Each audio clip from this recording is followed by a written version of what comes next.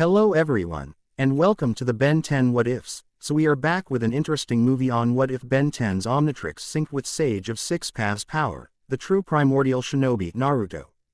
But before we start, I just want to remind you to please subscribe to my channel and hit the like button if you enjoy my content. Let's start the story. Chapter 1. Convergence Point. The air tasted of ozone and ash. Kirito Uzumaki crouched on a gnarled branch, his fingertips lightly brushing rough bark as he surveyed the forest boundaries stretching before him. 3 hours into his patrol route, and the hair on his nape still wouldn't settle. Something had shifted in the atmosphere, a pressure change perhaps, or something more significant that his sensors couldn't quite categorize. The moon hung swollen and silver above him, casting dappled shadows through the ancient trees of the Land of Fire. 6 years had passed since the Fourth Great Ninja War, yet Th. Border patrols continued with religious dedication. Peace remained a fragile construct, especially in regions where territorial boundaries blurred between the great nations. Kirito adjusted the Mson armband bearing the spiral insignia of his clan, a nearly extinct bloodline now, the Uzumaki. Unlike his distant cousin Naruto, who had ascended to legendary status after the war, Kirito walked a quieter path. His reputation in the Hidden Leaf was respectable but understated, an elite shunin with exceptional chakra reserves, known for completing missions with minimal fuss and maximal efficiency. A sudden flash illuminated the sky, brilliant blue-white against the darkness.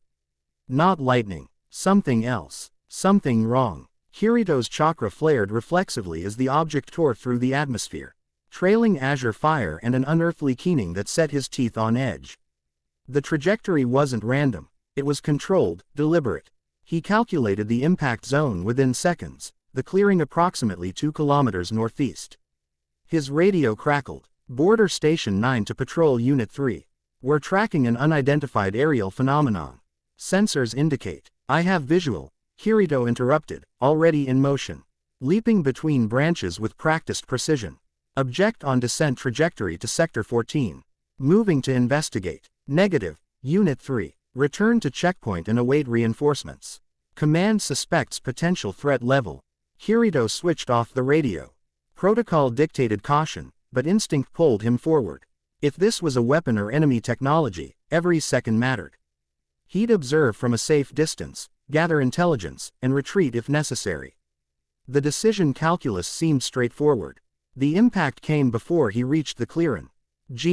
A concussive wave that knocked birds from their roosts and sent vibrations through the forest floor. No explosion followed, no secondary detonations. Just an unnerving silence that settled over the woods like a shroud. Kirito approached with practiced stealth, his chakra signature suppressed to a whisper. The clearing had transformed into a crater 20 meters across, wisps of blue vapor curling from its center. The object itself appeared smaller than expected, perhaps the size of a large melon, partially embedded in scorched earth. Its metallic surface gleamed with iridescent patterns that seemed to shift and pulse with internal light. Not a weapon, at least not in the conventional sense. Something else, something that resonated oddly with his chakra, creating harmonics that vibrated along his pathways like plucked strings. He activated his chakra sensory technique, extending his awareness outward. The object emitted no chakra signature, yet it wasn't inert. Energy patterns swirled within it, following unfamiliar geometries that his mind struggled to interpret. Caution flagged a retreat, but curiosity drove him closer. 3 careful steps into the crater, then 5. The blue vapor curled around his ankles. Cool but not unpleasant. The metallic object resolved into clearer focus, a spherical core encased in articulated plates of unknown alloy. Symbols etched its surface, nay, neither kanji nor any script he recognized from the 5 great nations. The rational course would be to maintain observation distance and wait for the research division. Instead, Kirito found himself kneeling beside the object, drawn by an inexplicable familiarity. The sensation intensified as he leaned closer, a resonance that hummed in his blood and bones, as though the object recognized something in him. "What are you?" he murmured, extending his hand not quite close enough to touch. The response came without warning. The articulated plates shifted, unfolding like a mechanical flower in bloom. At its center sat a device unlike anything in the shinobi world's arsenal, a sophisticated bracelet or gauntlet with a circular interface displaying an hourglass symbol. Before Kirito could withdraw, tendrils of energy erupted from the device, latching onto his extended wrist. Pain lanced up his arm. Not the clean burn of fire or lightning jutsu, but something that penetrated deeper, rewriting the architecture of his cells. He tried to pull away, channeling chakra to break the connection, but the energy responded by burrowing deeper. The device itself lifted from its housing and sealed around his wrist with mechanical precision. The pain intensified, spreading through his chakra network like liquid fire. Kirito gritted his teeth against a scream as his vision swam with fractured images, alien landscapes, strange beings, and ancient memories that couldn't possibly be his. When the agony finally subsided, he found himself on his knees, breath coming in ragged gasps. The device had transformed, seamlessly integrated with his skin as though it had always been there, a sleek metallic band with that same hourglass symbol pulsing with gentle light. What the hell, he managed, prodding the device experimentally. It didn't budge. His chakra flow had stabilized, but something felt fundamentally altered, as though new pathways had opened throughout his network, connecting to reservoirs he hadn't known existed. A sound caught his attention, the subtle displacement of air that signaled approaching shinobi. Multiple signatures, moving with purpose rather than stealth. Not hidden leaf patterns. Kirito melted into the treeline, concealing himself as four figures descended into the crater.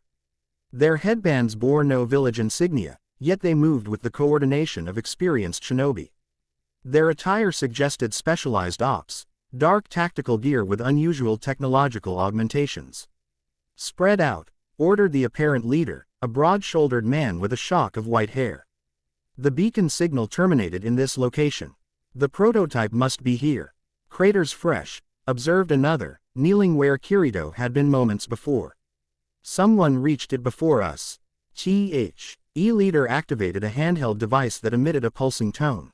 The integration protocol initiated. "It's already bonded." His expression darkened. "Find whoever took it." Scanning for residual energy signature now. The device in his hand swiveled toward Kirito's position, its tone intensifying. "There, in the trees." Kirito didn't wait for their approach. He launched into motion, prioritizing distance and terrain advantage over stealth. These weren't common bandits or even standard shinobi. They knew about the device on his wrist and had been tracking it specifically. The forest blurred around him as he pushed his pace, weaving through familiar territory with the practiced ease of someone who'd run these patrol routes hundreds of times. A quick risk assessment suggested the hidden EAF village was his safest option, but that meant leading these unknown operatives directly to the civilian population. The decision was made for him when a barrier jutsu manifested 30 meters ahead. A shimmering wall of energy that blocked his path. Kirito pivoted, only to find another barrier forming to his right. They were hurting him, using advanced Barent recognize. "We only want the prototype," called the white-haired leader, advancing through the trees with his team flanking in standard capture formation. "Remove it and you can walk away." "Somehow I doubt that," Kirito replied, calculating options. 4 opponents, unknown capabilities, unfamiliar technology. Direct confrontation presented significant risks. "The integration process has barely begun," the man continued. "Remove it now, before the connection becomes permanent. After that, the only way to retrieve it will be to remove your arm, or worse." Kirito's hands flashed through seals. Wind style. Gale palm. The compressed air blast bought him seconds, scattering his pursuers as he changed direction, heading deeper into the forest rather than toward civilization. Shuriken whistled past his ear, warning shots rather than killing intent. They wanted him alive, which offered a temporary advantage. The pursuit tightened as they adapted to his movement patterns. A wire trap nearly caught his ankle. He leapt over it only to meet a cloud of paralyzing powder. Kirito held his breath, pushing chakra to his feet to accelerate through the cloud. The device on his wrist pulsed faster as his heart rate increased, IT's glow intensifying with each surge of adrenaline. The strange new pathways in his chakra network hummed with potential energy, waiting to be channeled. A 5th signature appeared ahead, a pincer movement he hadn't anticipated. The newcomer launched a barrage of kunai enhanced with some form of energy he couldn't identify. Kirito deflected 2 but a third grazed his shoulder, leaving numbness in its wake. Not poison. Some form of chakra disruption. His options narrowed as the numbness spread down his arm. The pursuers closed from multiple directions, their barrier jutsu steadily constraining his movement range. Kirito backed against a massive oak, buying seconds to assess. Last chance, called the leader, now visible through the foliage. The prototype isn't meant for human integration. It will kill you within hours without proper stabilization. What is this thing? Kirito demanded, playing for time as he worked through escape scenarios. A device beyond your comprehension. It belongs to us. The man gestured to his companions, who began a synchronized jutsu. Take him. Desperation triggered innovation. Kirito channeled chakra into the device, attempting to disrupt whatever connection it had established. The response was immediate and overwhelming. The hourglass symbol flared brilliantly, and energy cascaded through his modified chakra network.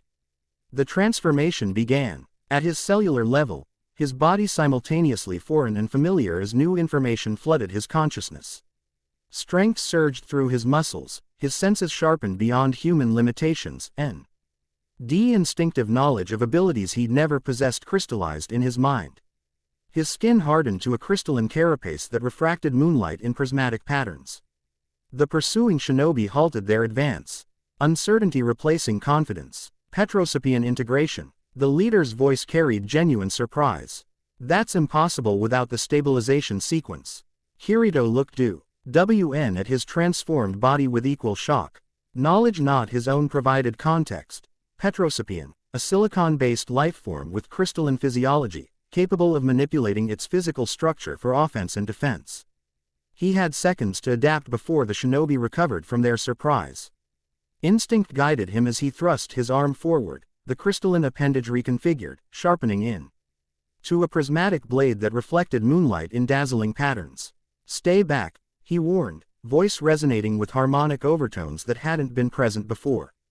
The leader signaled his team. Containment protocol. Non-lethal suppression only. They attacked in coordinated sequence. A lightning-style jutsu aimed to incapacitate, followed by restraining wire enhanced with chakra suppression seals. Kirito's transformed body responded with reflexes beyond his normal capabilities. The lightning jutsu struck his crystalline form and refracted outward, scattering harmlessly into the surrounding trees. Knowledge from elsewhere guided his movements. He stamped his foot, sending crystalline spikes erupting from the ground in a defensive perimeter. The pursuing shinobi scattered, regrouping at a safer distance. Impossible, murmured one. The integration should be killing him, not enhancing. The leader's expression darkened. Something's catalyzing the process. We need to adjust our approach. They began a more complex jutsu, combining their chakra into a containment technique Kirito didn't recognize. The forest around them dimmed as they drew ambient energy into their working. Panic threatened at the edges of Kirito's awareness. His body was transformed into something inhuman, pursued by operatives with unknown objectives, and disconnected from backup. But beneath the panic ran a current of exhilaration. The power flowing through him felt right somehow, as though awakening something that had always been dormant within his chakra. As the containment jutsu neared completion, new information surfaced in Kirito's consciousness. The crystalline form could do more than create blades and spikes. He planted his feet and concentrated, focusing chakra through unfamiliar pathways. His body responded by erupting with prismatic energy, sending crystal shards in all directions with precisely controlled force. The shards disrupted the forming jutsu, shattering the careful weave of chakra his pursuers had created. The backlash sent two of them sprawling, their chakra networks temporarily scrambled. The leader and remaining operative recovered faster, adapting their strategy. Enough games, the white-haired man snarled, producing a specialized tag from his equipment pouch. The prototype is valuable, but not irreplaceable. The tag pulsed with ominous energy, not explosive but something designed specifically for the device on Kirito's wrist. A kill switch perhaps, or a forced deactivation that might prove fatal now that the integration had progressed. Kirito didn't wait to discover its purpose. He channeled chakra through his transformed body, launching crystal projectiles that forced his opponents to defend rather than advance. Using the momentary advantage, he created a crystalline platform beneath his feet and propelled himself upward, above the treeline. The momentary elevation provided crucial orientation. The Hidden Leaf village lay approximately 5 kilometers southwest. But reaching it meant potentially endangering civilians. The border outpost where his patrol had originated was closer, 3 kilometers due west, staffed with Jonin-level shinobi who could provide backup. Decision made, Kirito angled his descent toward a dense section of forest that would provide cover for his western approach. As he landed, the crystalline transformation began to recede, his body returning to human form with a cascade of blue energy. The sudden reversion left him momentarily disoriented, normal senses feeling dull after experiencing their enhanced counterparts. The device on his wrist pulsed once, then settled into a steady glow, the hourglass symbol now red rather than blue. Recharge mode, he murmured, knowledge surfacing from somewhere beyond his own experience. The device required recovery time between transformations, a vulnerability his pursuers would certainly exploit if they caught up. Kirito pushed forward on foot, traditional shish. Anobi training compensating for the loss of enhanced abilities. The forest offered familiar advantages, terrain he knew intimately from countless patrols, with pre-established markers and emergency caches. He reached into his equipment pouch, retrieving a soldier pill to counteract the fatigue setting in. The transformation had drained his chakra reserves more than anticipated, leaving him vulnerable until they naturally replenished. A twig snapped somewhere behind him. Too deliberate to be Wild L recovered and were tracking him, moving with increased caution after witnessing his transformed abilities. Kirito changed direction, employing evasion tactics taught to Hidden Leaf special forces. He crossed a shallow stream, using water walking technique to leave no footprints, then doubled back along the rocky embankment where tracks wouldn't register. The maneuver bought precious minutes, but not enough. The white-haired leader appeared ahead, cutting off his route to the outpost. Impressive adaptation, the man acknowledged, his tone clinically appreciative. You're the first subject to achieve transformation integration without spontaneous cellular breakdown. Tell me, how does it feel? Kirito kept his stance neutral, conserving energy while assessing options. Who are you? What is this device? My designation is Operative Vex. The device on your wrist represents the culmination of research your primitive shinobi scientists couldn't begin to comprehend. Pride colored his voice despite the professional delivery. It's designed to synchronize with genetic material from precisely cataloged species across multiple dimensions, allowing temporary physiological transformation. It's connected to my chakra network, Kirito observed, stalling while scanning for the other operatives. They were circling, establishing containment positions. An unexpected side effect of this dimensional plane, Vex replied. The prototype was calibrated for chakra integration, but your network shows unusual compatibility markers. The catalyzation occurred at 16 times expected efficiency. Understanding bloomed in Kirito's mind. You didn't create this. You stole it. Vex's expression hardened. Irrelevant. The prototype will be recovered. He raised his hand, signaling his team. The question is whether you'll survive the process. Kirito's hands flashed through seals before the signal completed. Earth style. Hiding mole technique. The ground softened beneath him as he sank into the earth, the jutsu concealing his presence and allowing lateral movement beneath the surface. Standard shinobi tracking techniques would struggle to pinpoint him, buying precious seconds. He navigated blindly, sensing vibrations through the soil as his pursuers scattered to locate him. The device on his wrist continued its steady pulse, still recharging. Without its transformed capabilities, he needed to rely on conventional tactics. Kirito surfaced 50 meters from his entry point, behind the trunk of a massive cedar that provided momentary concealment. Two of the operatives had moved west, anticipating his continued flight toward the outpost. Vex remained near his submersion point, monitoring for signs of emergence. The fourth operative was unaccounted for, a concerning variable. The soldier pill had stabilized his chakra levels, but not replenished them. He needed to conserve energy for a decisive move rather than prolonged engagement. The outpost remained his best option, but reaching it required breaking through their perimeter. A rustling of leaves above was his only warning. The fourth operative descended from the canopy, hands already completing a jutsu sequence. Found you. Kirito rolled sideways as the ground where he'd stood erupted with energy suppression seals. A direct hit would have temporarily disabled his chakra network, a standard capture technique, but executed with unusual precision. He countered with a sweep kick, channeling Wind Na Chure chakra to extend its range and force. The operative evaded, but the distraction allowed Kirito to complete his own jutsu sequence. Lightning style. Stunning pulse. The low-power technique wasn't designed to kill, but to temporarily overload an opponent's nervous system. The operative convulsed as the current struck, muscles seizing momentarily, just long enough for Kirito to land a precise strike to the base of the skull, rendering him unconscious. One down, but the commotion would draw the others. Kirito moved immediately, changing directions to confound prediction algorithms. Instead of continuing west toward the outpost, he veered north, then sharply east, a counterintuitive direction that might buy crucial distance. The device on his wrist suddenly vibrated, its hourglass symbol shifting from red to blue. Recharge complete, transformation capability restored. The timing couldn't have been better as Vex appeared in his path, hands already forming seals for a high-level technique. Kirito didn't hesitate. He slammed his palm against the device, channeling chakra into its mechanisms. Let's try something different this time. The transformation cascade engulfed him again, but with entirely different results. His body became denser, musculature expanding as orange fur sprouted across his form. His senses sharpened further, particularly his sense of smell, which suddenly mapped the forest in olfactory detail that overwhelmed his conscious processing.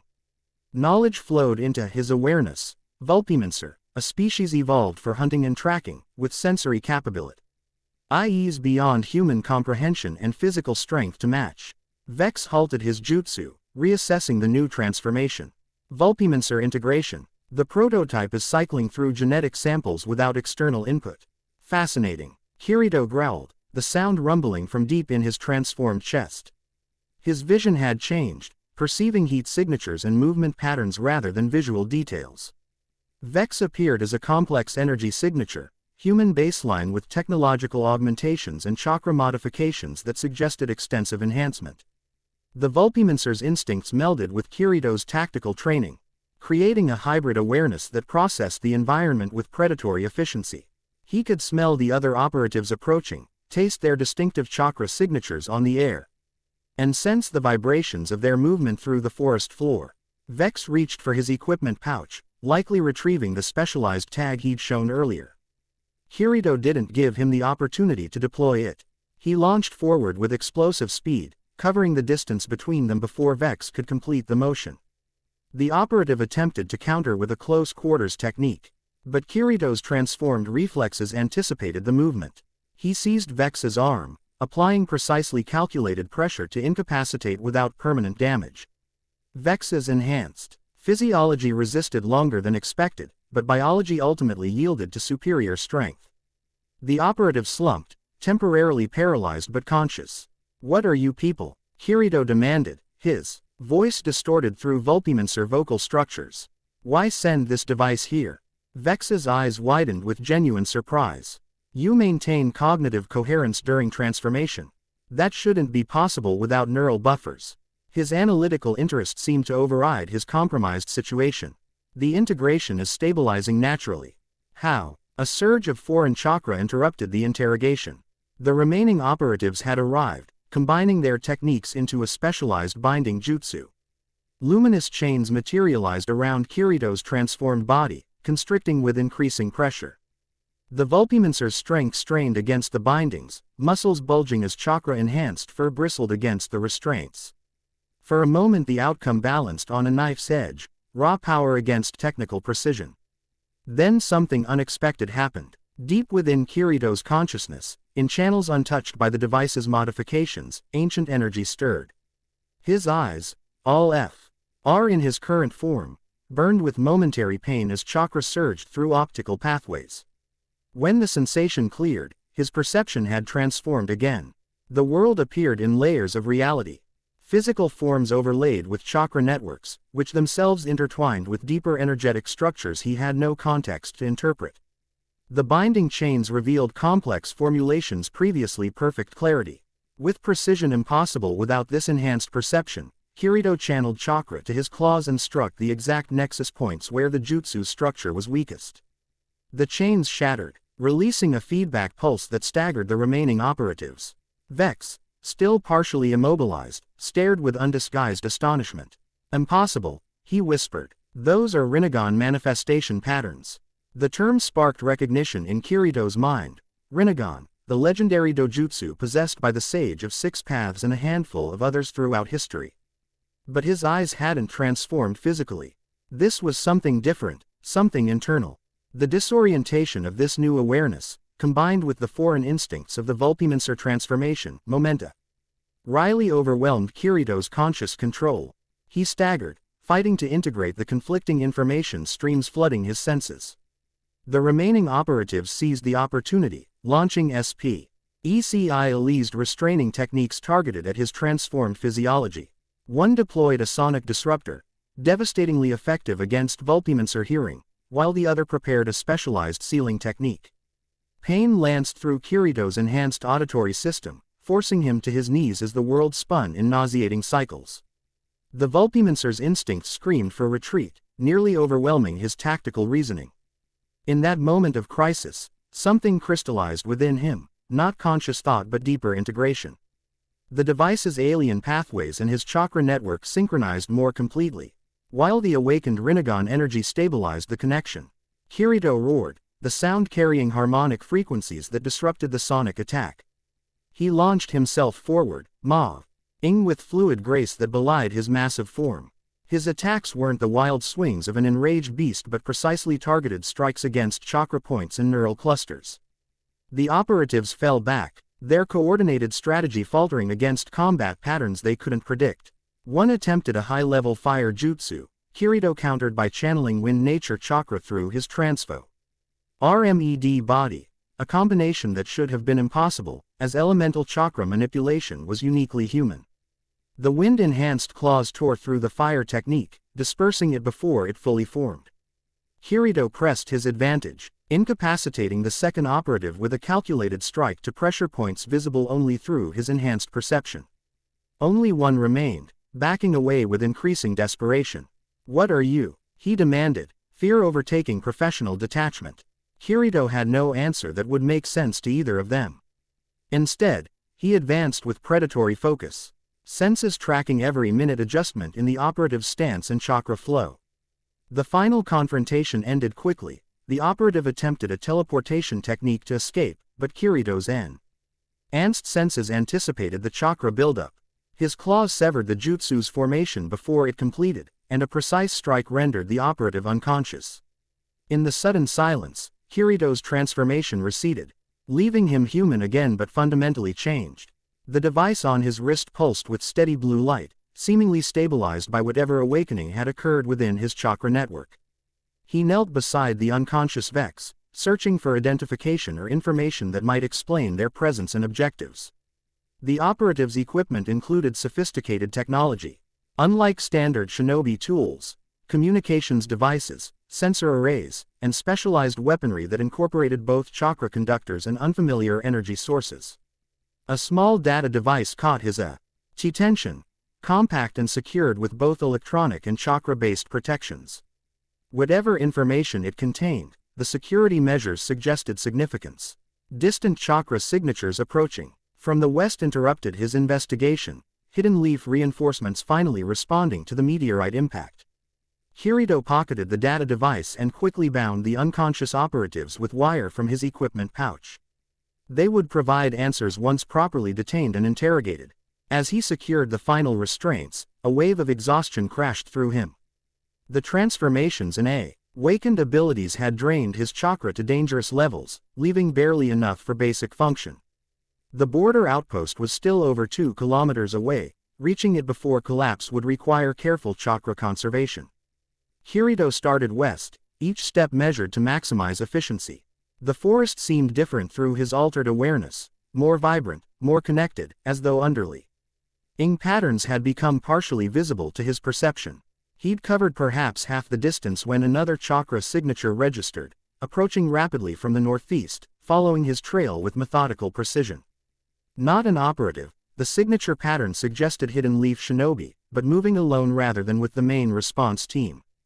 Kirito concealed himself in dense underbrush, conserving his remaining energy until he could confirm the newcomer's identity.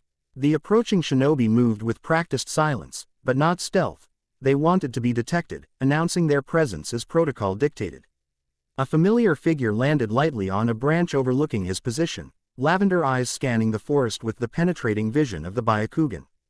Yuna Hyuga, Research specialist attached to the Border Science Division, and the last person Kirito had expected to encounter on a routine patrol. "I know you're there, Kirito," she called, her voice carrying clearly through the night air. "Your chakra signature is different but recognizable." Kirito emerged from concealment, maintaining cautious distance. "Identification protocol," he requested, standard proc. Eder when encountering potentially compromised allies. Authorized research specialist Yuna Hyuga, identification code Indigo 7-9, she replied formally, then added with slight impatience. "We studied together at the academy before you transferred to the tactical division. You once set Iruka-sensei's lecture notes on fire trying to demonstrate a new chakra control technique." The personal detail confirmed her identity more convincingly than any code. Kirito relaxed marginally, though years of operational caution kept him from lowering his guard entirely. "What are you doing out here, Yuna? The response team is approaching from the west." "I'm not with the response team." She deactivated her Byakugan, the veins around her eyes receding. "I detected the energy signature from my research station and recognized anomaly patterns similar to my current project. When I reported it, they ordered me to wait for the formal investigation team." A small, defiant smile curved her lips. "I decided that was inefficient." Typical Yuna. Brilliant, dedicated, and utterly unconcerned with procedural constraints when they interfered with research objectives. They'd been friendly as children, though never close. Their paths diverging when his aptitude for field operations drew him toward tactical training while her analytical genius led to specialized research. "The impact site contained some kind of technology," Kirito explained, deciding that partial disclosure served immediate objectives better than complete secrecy. "It attached itself to me before I could retreat. There we, re-operatives tracking it, non-village affiliated. I've neutralized them temporarily, but they possess advanced technology and jutsu modifications." Yuna's attention fixed on the device encircling his wrist. "May I?" she asked, approaching with the careful precision of someone accustomed to handling volatile research materials. Kirito extended his arm cautiously. The device had stopped pulsing, settling into a quiescent state that belied its extraordinary capabilities. Her fingers hovered over its surface, not quite touching. "Phos. The metallurgical composition appears to include elements I can't immediately identify." Her Byakugan activated again, examining the device's internal structure. "The chakra integration is unlike anything in our current research. It's created entirely new pathways through your network, connecting to cellular structures in ways that should be theoretically impossible. It transforms me," Kirito said simply, "into something not human, with different abilities each time. And there's something else." He hesitated, uncertain how to explain the awakening of abilities connected to the legendary Rinnegan. Yuna's gaze shifted from the device to his face, her expression sharpening with scientific interest. "Your eyes. The chakra flow patterns have altered significantly." She leaned closer, examining with the Byakugan's penetrating vision. "This resembles theoretical models of dojutsu activation, but without the corresponding physical changes." "How is your visual perception affected?" "Layered reality," he attempted to explain. "Chakra networks, energy flows, structural weak points, all visible simultaneously." Her breath caught. "Like the Byakugan's vision, but different. More comprehensive, less focused. It activated during combat, when the device transformed me into something called a Vulpimancer." "Vulpimancer," she repeated, testing the unfamiliar term. "Not a species from our biological records." "I think," Kirito said carefully, "it might be extraterrestrial. Or extra-dimensional. Under normal circumstances, such a claim would merit skepticism or concern about psychological stability." Yuna merely nodded thoughtfully. "That aligns with certain theoretical models. My research team has been investigating anomalous energy signatures appearing throughout the elemental nations since the Fourth War. The dimensional boundaries significantly weakened during that conflict." The casual acceptance of his outlandish theory was remarkably comforting. Kirito felt tension he hadn't recognized easing from his shoulders. "We show I'll retrieve the operatives before they regain consciousness, he suggested, practicality reasserting itself. Whatever this device is, they were highly motivated to recover it. Agreed. The main response team can secure them for interrogation. Yuna's attention remained fixed on the device. But we should ensure you're examined at the research facility rather than the medical center. Standard P. Protocols won't be adequate for addressing potential complications from this integration. The measured concern in her voice triggered a realization Kirito had been suppressing. The device wasn't simply attached to his wrist. It had fundamentally altered his chakra network and possibly his cellular structure. The implications stretched beyond immediate tactical considerations into long-term survival questions. Is it killing me? He asked directly, preferring clarity to false reassurance. Yuna considered the question with scientific objectivity. I don't believe so. The integration appears stable, possibly even beneficial in some respects. But it's unprecedented, which means standard medical protocols could be actively harmful. She met his gaze directly.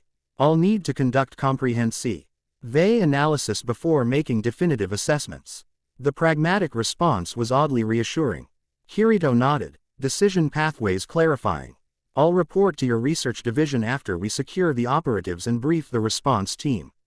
Quote, sensible approach, she agreed, her attention returning to the device with poorly concealed fascination.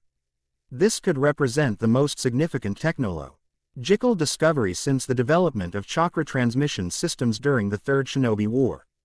Kirito flexed his wrist, the device moving naturally with his musculature as though it had always been part of him. It's more than technology, he said quietly. It feels aware, somehow. And it's triggered something that was already inside me, something connected to dojutsu capabilities I shouldn't possess. Yuna's expression shifted subtly, scientific interest temporarily yielding to compassionate concern. Are you in pain? The question surprised him, not because it was inappropriate, but because he hadn't considered it himself. Kirito assessed his physical state with objective precision. No pain, he confirmed. Fatigue from chakra depletion, some disorientation from sensory processing changes. But the integration itself doesn't hurt. Good. That suggests physiological acceptance rather than rejection. She hesitated, then added more personally, I'm glad it's you, Kirito. What do you mean? This discovery. She gestured toward the device. If it had to bond with someone, I'm glad it's someone with your particular combination of capabilities. Tactical training, exceptional chakra control, and analytical thinking. A slight smile softened her professional demeanor. Plus, you were always too stubborn to die when something interesting was happening. The unexpected observation startled a short laugh from him. I'd forgotten you knew me that well. Research requires observational accuracy, she replied with mock seriousness, then gestured westward. The Respo NSE team is approximately 800 meters out. We should intercept them before they reach the crater. Kirito nodded, gathering his remaining energy for the short journey. As they traveled, a realization settled with increasing certainty. Whatever had happened when the device bonded with him, whatever abilities it had awakened, his life had fundamentally changed. The transformations, the enhanced perception, the operatives who had tracked the device across dimensions, these were merely the first ripples of something much larger. He glanced at Yuna moving efficiently beside him, her express scion balanced between scientific focus and concealed excitement. At least he wouldn't face these changes alone. Whether that was reassuring or concerning remained to be determined. The Hidden Leaf response team appeared ahead, moving in standard formation, Jonin-level shinobi with specialized equipment for unknown threat assessment.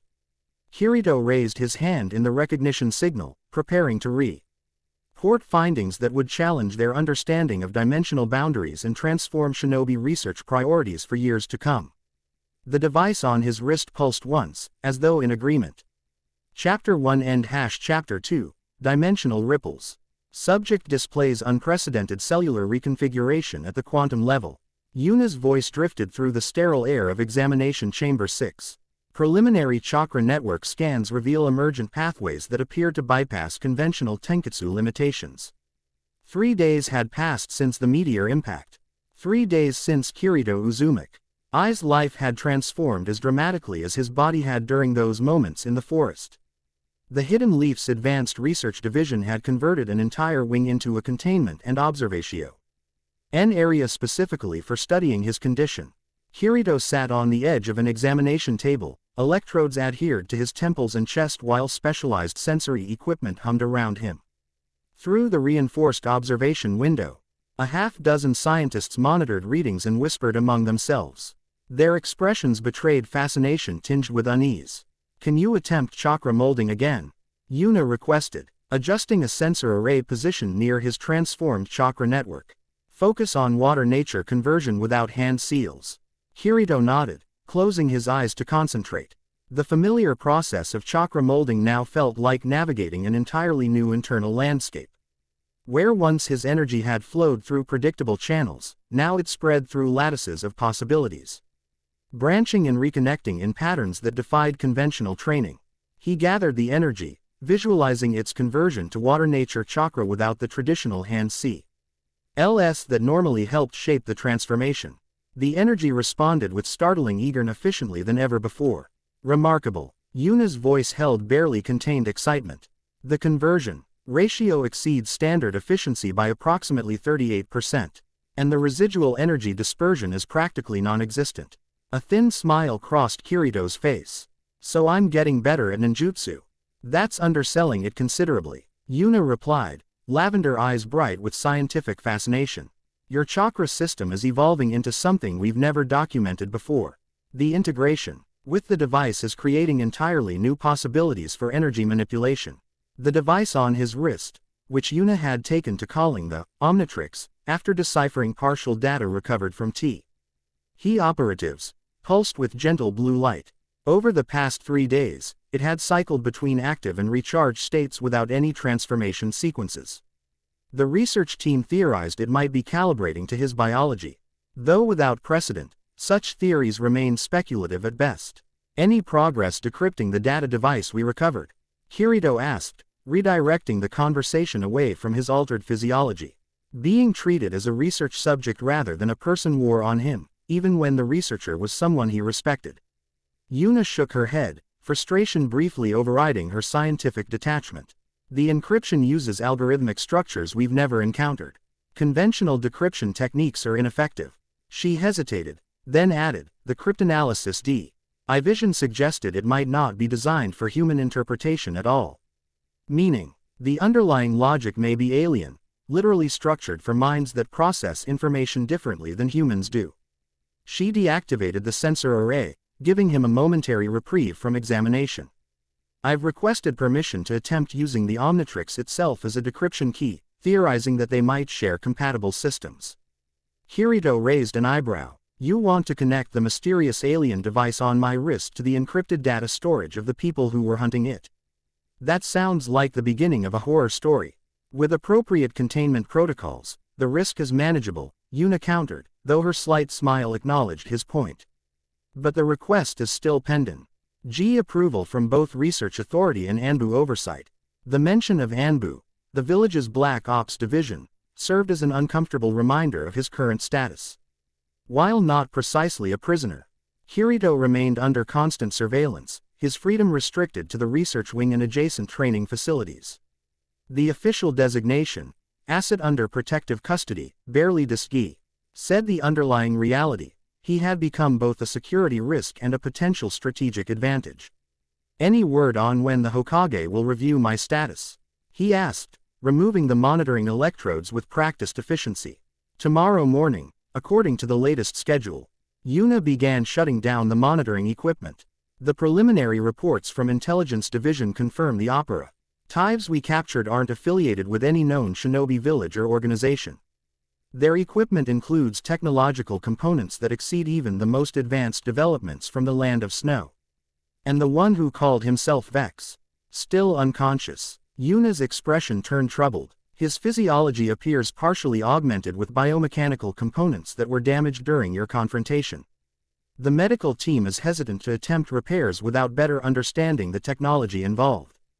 Guilt nudged at Kirito's conscience despite the rational understanding that he'd acted in self-defense. "I didn't intend to cause permanent damage." You defended yourself against unknown hostiles while experiencing unprecedented physiological changes, Yuna pointed out reasonably. The fact that you showed restraint at all demonstrates exceptional control. Before he could respond, the laboratory door slid open. A senior researcher entered, her expression conveying urgency rather than the measured calm typically maintained around research subjects. Dr. Hyuga, we're detecting unusual energy fluctuations throughout the containment wing, she reported, glancing briefly at Kirito. The patterns appear similar to the anomalous readings recorded at the impact site, but significantly amplified. Yuna's demeanor shifted instantly from colleague to commander. Initiate Containment Protocol Theta. Alert Security Division and prepare the dimensional stability arrays. She turned to Kirito, professional distance giving way to genuine concern. How do you feel? Any sensations similar to what you experienced during transformation? Kirito focused inward, assessing. The device on his wrist had begun pulsing more rapidly, its glow intensifying from cerulean to brilliant azure. More concerning were the subtle vibrations he sensed through his altered chakra network, ripples of energy that seemed to emanate not from within him but from the fabric of reality surrounding him. Something's coming, he said simply, certainty transcending explanation. The same way the device arrived, but larger. Alarm klaxons erupted throughout the facility, their wailing coo. NCTUATED by the automated announcement system. Alert, dimensional stability breach detected in Research Sector 3. All personnel implement containment protocols immediately. This is not a drill. Yuna moved with decisive efficiency, retrieving a specialized communication device from her workstation. All monitoring stations, initiate full-spectrum energy tracking. I need real-time analysis of dimensional boundary integrity throughout the facility. She glanced at Kirito. We should move to the reinforced observation chamber. If there's another incursion. Her words faltered as the air between them shimmered. Reality visibly distorting like heat waves above summer pavement. The distortion expanded rapidly, forming a swirling vortex of energy that crackled with prismatic lightning. Evacuation protocol. Yuna shouted to the observation team, already backing toward the exit while maintaining visual contact with the phenomenon. Seal the containment barriers on my mark. Kirito moved in the opposite direction, placing himself between Yuna and the expanding vortex. The Omnitrix blazed on his wrist, resonating with the dimensional disturbance at a frequency he felt rather than heard. His altered chakra network responded similarly, energy surging through pathways that seemed purpose-built for this exact scenario. The vortex stabilized momentarily, its swirling energies settling into a roughly circular aperture approximately 2 meters in diameter. Through its center, Kirito glimpsed another reality, sleek metallic architecture illuminated by light sources unlike anything in the 5 great nations. A figure stepped through. She emerged with fluid grace, her movements suggesting extensive combat training and absolute confidence. Tall and lithe, she wore form-fitting armor. Of unfamiliar design, matte black with circuit-like patterns that pulsed with subdued light. Her hair, cut in a severe asymmetrical style, gleamed silver under the laboratory lighting. Most striking her eyes, violet irises ringed with luminous energy that matched the circuitry of her armor. Dimensional breach contained, she announced, though not to anyone in the room. A small device at her collar pulsed in response to her voice. Target located. Proceeding with extraction. Her gaze fixed on Kirito with laser precision, specifically on the device encircling his wrist. Without breaking that gaze, she addressed the room at large. This facility is now under the jurisdiction of the Interdimensional Breach Containment Authority. All personnel will evacuate immediately.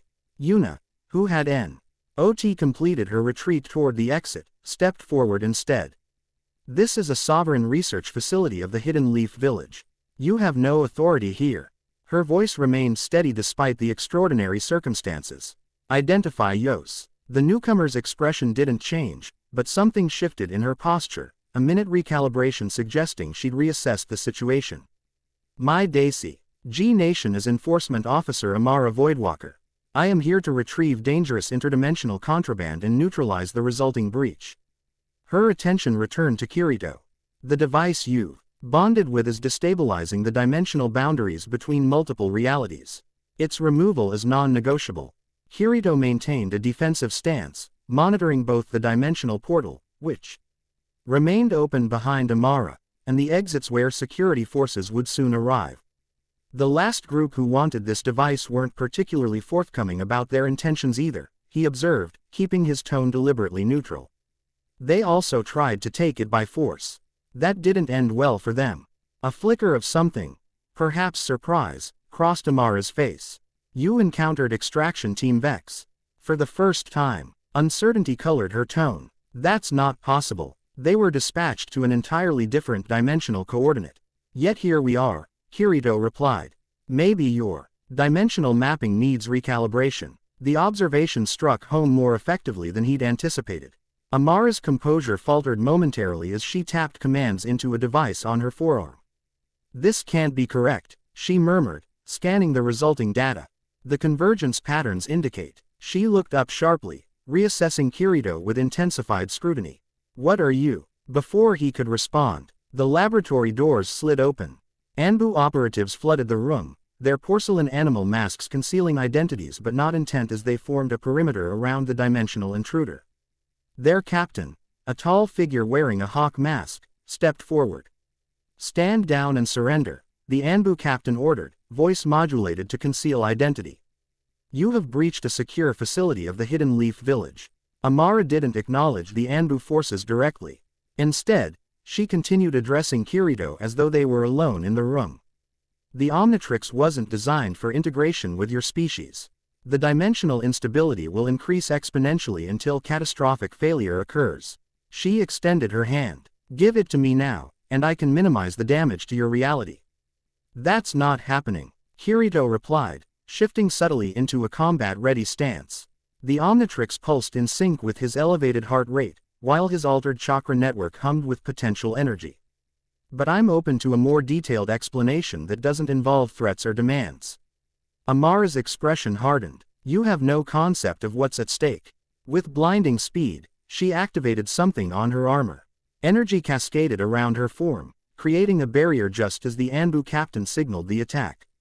3 Anbu operatives moved simultaneously, executing a coordinated capture technique designed to immobilize without killing. Their specialized jutsu, a lightning-infused binding, struck Amara's energy barrier and rebounded with amplified force, sending 2 operatives crashing into monitoring equipment. Conventional energy attacks are ineffective, Amara announced with clinical detachment.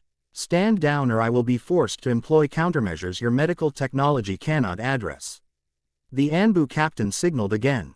The remaining operatives shifted tactics, one creating an Earth-style containment dome while another prepared what appeared to be a specialized sealing technique. Amara responded with dismissive efficiency. She tapped a sequence into her forearm device, and the gravity within the laboratory altered dramatically. Anbu operatives and research equipment alike lifted from the floor, suspended in a zero-gravity field that rendered their techniques useless. Only Kirito remained grounded, the Omnitrix emitting a field that counteracted Amara's technology. Their gazes met across the chaotic space, hers calculating, his resolute. Impressive adaptation, she acknowledged. The integration has progressed further than our models predicted. I'm full of surprises, Kirito replied, hands already forming seals for a wind-style technique. Here's another one. The wind jutsu he launched wasn't aimed at Amara directly but at the floating equipment surrounding them. The resulting cyclone created a debris field that temporarily obscured her vision, a classic shinobi misdirection tactic. Kirito used the momentary advantage to close distance, aiming not for Amara but for the dimensional portal still swirling behind her. If it had brought her here, perhaps it could provide answers about the device transforming his life. Amara A. NTICIPATED the maneuver with uncanny precision. Predictable, she stated, intercepting his movement with blindingly fast counterstrikes. Her combat style incorporated elements Kirito had never encountered, fluid transitions between techniques that seemed to anticipate his responses before he executed them. He adapted quickly, integrating defensive maneuvers from multiple shinobi disciplines. His enhanced chakra network responded with unexpected efficiency, allowing combinations that would normally require far more setup and energy expenditure. Your combat parameters exceed baseline projections, Amara noted. Her analytical tone unchanged despite the physical exertion. Neuromuscular coordination suggests advanced training beyond typical military protocols of this dimensional plane. If that's a compliment, your delivery needs work, Kirito replied, creating distance to reassess. The zero-gravity effect continued to neutralize the Anbu operatives, while Yuna had taken cover behind reinforced laboratory equipment. Her attention divided between the conflict and rapid documentation of the unprecedented phenomena. Amara pressed her advantage, her armor enhancing already formidable physical capabilities. The Omnitrix is destabilizing with each energy expenditure, she stated, gesturing toward the device on his wrist. Observe the fluctuation pattern in the dimensional harmonics. Despite himself, Kirito glanced at the device. The Omnitrix's glow had intensified further, pulsing in irregular patterns that corresponded to spikes of energy within the still open portal. More concerning were the tiny fractures appearing in the air throughout the laboratory, microscopic tears in reality that emitted dissonant frequencies detectable through his enhanced senses. What's happening? He demanded, genuine concern overshadowing tactical considerations. Dimensional cascade failure, Amara replied, her tone softening fractionally. The Omnitrix was calibrated for a specific genetic signature. Your biology is causing unforeseen reactions with the core components. She lowered her offensive stance slightly. I don't want to harm you, but the device must be removed before the breach expands beyond containment parameters. Kirito's tactical assessment shifted. If Amara spoke truth, the immediate threat wasn't her presence but the device itself. Yet something in her explanation felt incomplete, perhaps not false, but certainly partial. If removing it is so critical, why send armed operatives instead of an explanation? He challenged, maintaining combat readiness while engaging in dialogue. Why not communicate the danger instead of attempting capture? Standard extraction protocol prioritizes retrieval over indigenous population awareness, she replied with practiced efficiency. Primitive civilizations often respond unpredictably to advanced technological concepts. A microsecond pause, then unexpected candor. It was a miscalculation in your case. Before Kirito could respond, the dimensional portal behind Amara fluctuated violently. Its swirling energies expanded outward in erratic pulses, each sending shockwaves through the laboratory. Equipment shattered, monitoring stations exploded in cascades of sparks, and the zero-gravity effect destabilized, sending Anbu operatives crashing to the floor. More alarming were the images fluctuating RTAL. Rapid-fire glimpses of another world where sleek spires rose toward unfamiliar skies, populated by beings whose forms defied conventional biology. Among these alien scenes flashed something more recognizable. A laboratory where a man with calculating eyes monitored equipment displaying Kirito's biometric data. Who is that? Kirito demanded, pointing toward the image. Amara turned, genuine, alarm crossing her features for the first time. Impossible, she whispered. That's Zevon Albright's primary research facility. It should be locked under maximum containment protocols. Her gaze snapped back to Kirito. He's tracking you directly through the Omnitrix. The integration must have activated a quantum entanglement subroutine. The name triggered a cascade of impressions in Kirito's mind. Knowledge that felt simultaneously foreign and familiar. Zevon Albright, he repeated, the name tasting strange on his tongue. The creator of this device. Its thief and modifier, Amara corrected sharply. He stole the prototype and altered its safeguards to pursue his own agenda. Her expression darkened. An agenda that apparently includes you specifically. The portal's fluctuations intensified, each pulse sending visible ripples through the fabric of reality. The laboratory's structural integrity began to fail as dimensional stresses exceeded design parameters. Ceiling panels shed down while support beams groaned under forces they were never meant to withstand. Through the chaos, Yuna made her way to Kirito's side, her expression reflecting both scientific fascination and urgent concern. The entire research wing is destabilizing, she reported. Evacuation protocols are underway, but the dimensional effects are spreading faster than predicted models. Kirito assessed options with tactical precision. If Amara spoke truth, even partial truth, the immediate priority was containing the dimensional instability before it endangered the village. Personal questions about the device and its creator would have to wait. How do we stabilize it? He asked Amara directly, setting aside their conflict in favor of mutual survival. Her violet eyes narrowed, clearly calculating risk factors and probable outcomes. After a moment's consideration, she tapped a sequence into her forearm device. Temporary containment is possible if we establish a resonance buffer between dimensional frequencies. She gestured toward the Omnitrix. But it requires synchronizing your device with my dimensional anchors. And I'm supposed to trust you won't simply remove it once connected. You have approximately 3 minutes before the dimensional cascade becomes irreversible, Amara replied flatly. Trust becomes irrelevant in the face of mutual extinction.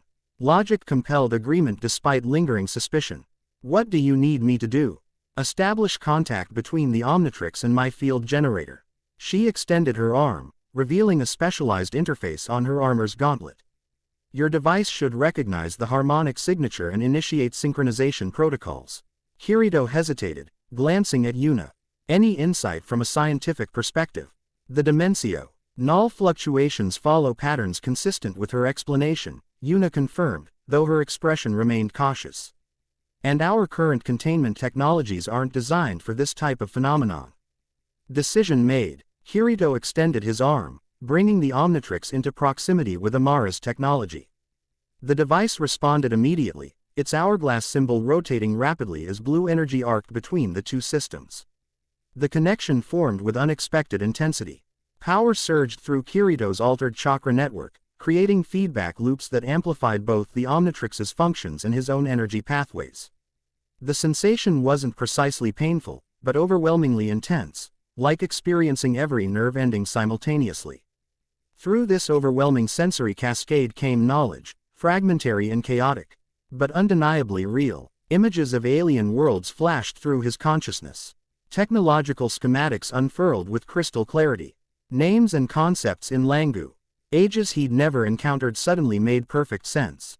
Most significantly, he understood what the Omnitrix truly was, not merely a transformation device, but a repository of genetic material from thousands of species across multiple dimensions, designed to preserve biological diversity against extinction-level events.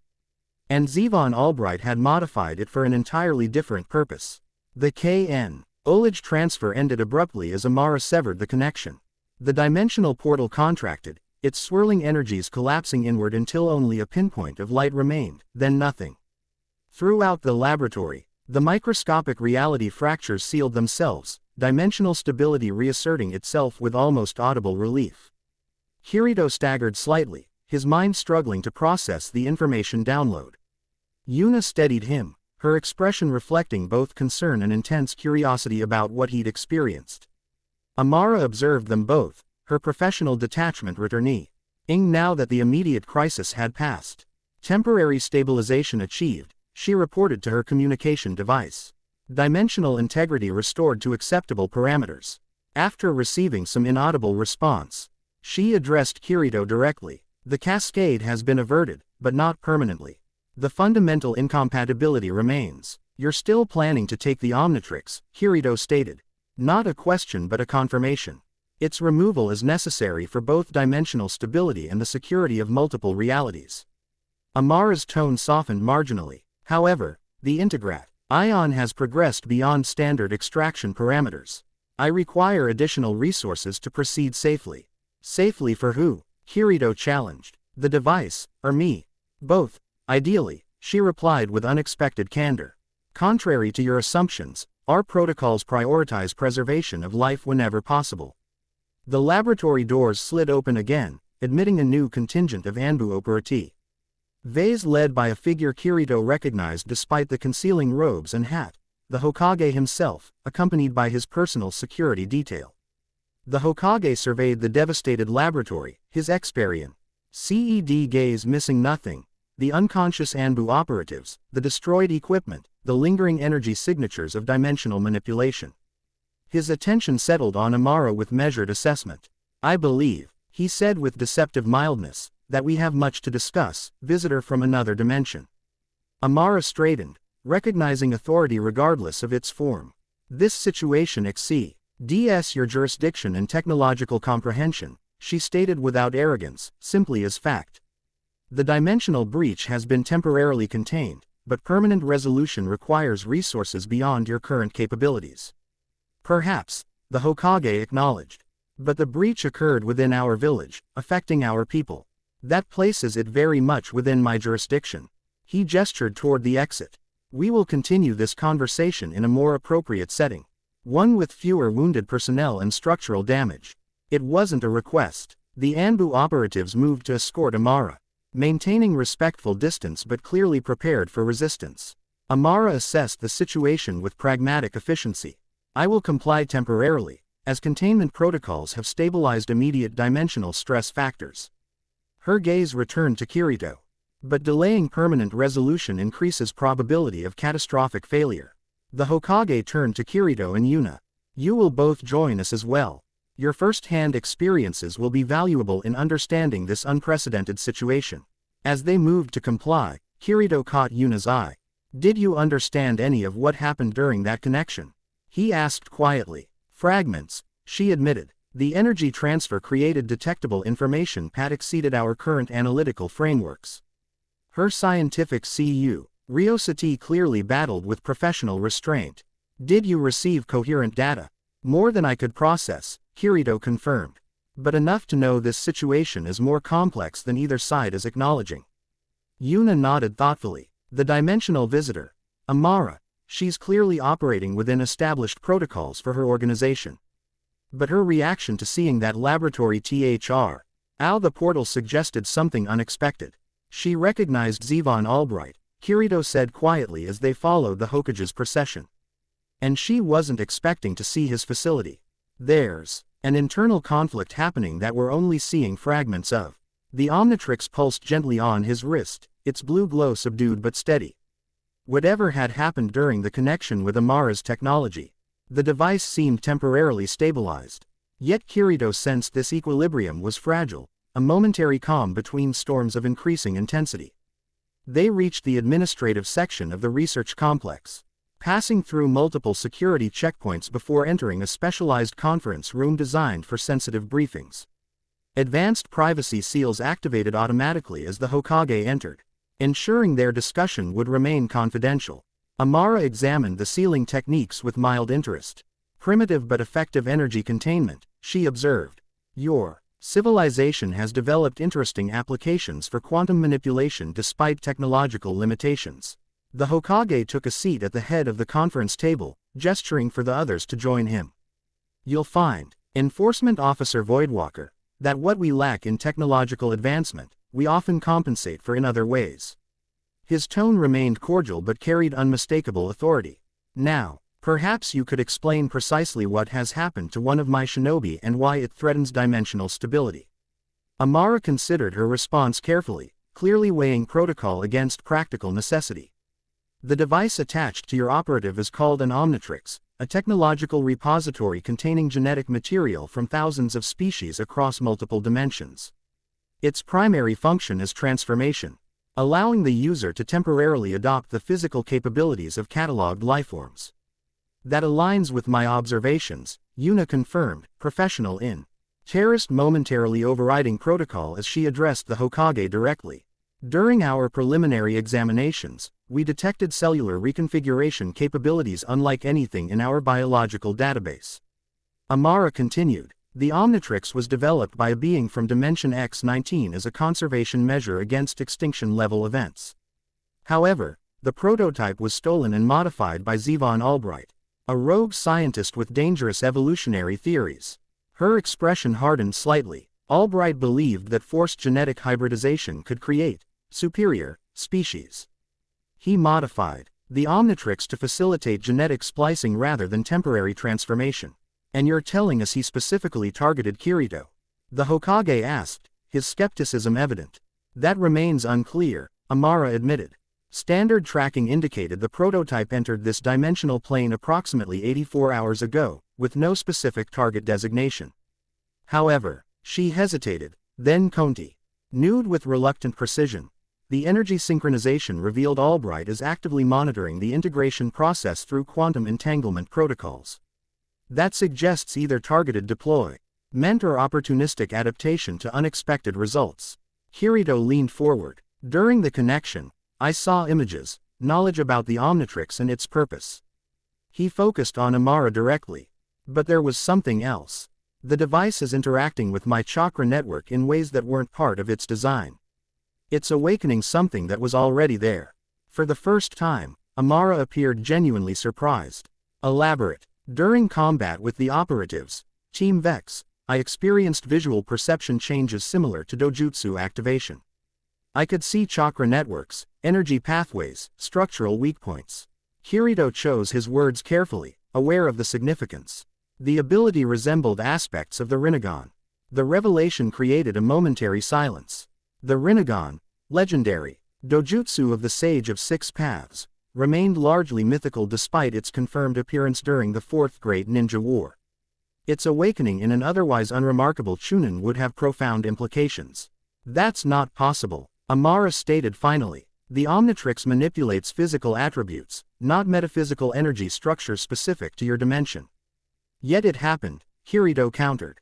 And during the energy synchronization with your technology, I perceived information suggesting it's not coincidence. The Omnitrix isn't just transforming me, it's catalyzing something dormant in my genetic structure. The Hokage's expression remained carefully neutral, though his attention sharpened considerably. Dr. Hyuga, your assessment. Yuna gathered her thoughts before responding. Quote, our preliminary scans detected unusual activity in Kirito's chakra network, specifically in pathways typically associated with dojutsu activation. However, without baseline comparisons for Rinnegan manifestation, we can't confirm the precise nature of these changes. She hesitated, then added, what we can confirm is that his chakra signature has fundamental alterations that cannot be explained by the technological aspects of the device alone. Amara's expression shifted subtly, the first indication that her certainty had wavered. This requires additional analysis. If genetic factors specific to your dimension are creating unexpected interactions with the Omnitrix, the dimensional stability calculations must be recalibrated. Which means, the Hokage prompted, the immediate danger may be less severe than initially assessed. Amara conceded, but the long-term implications could be more complex.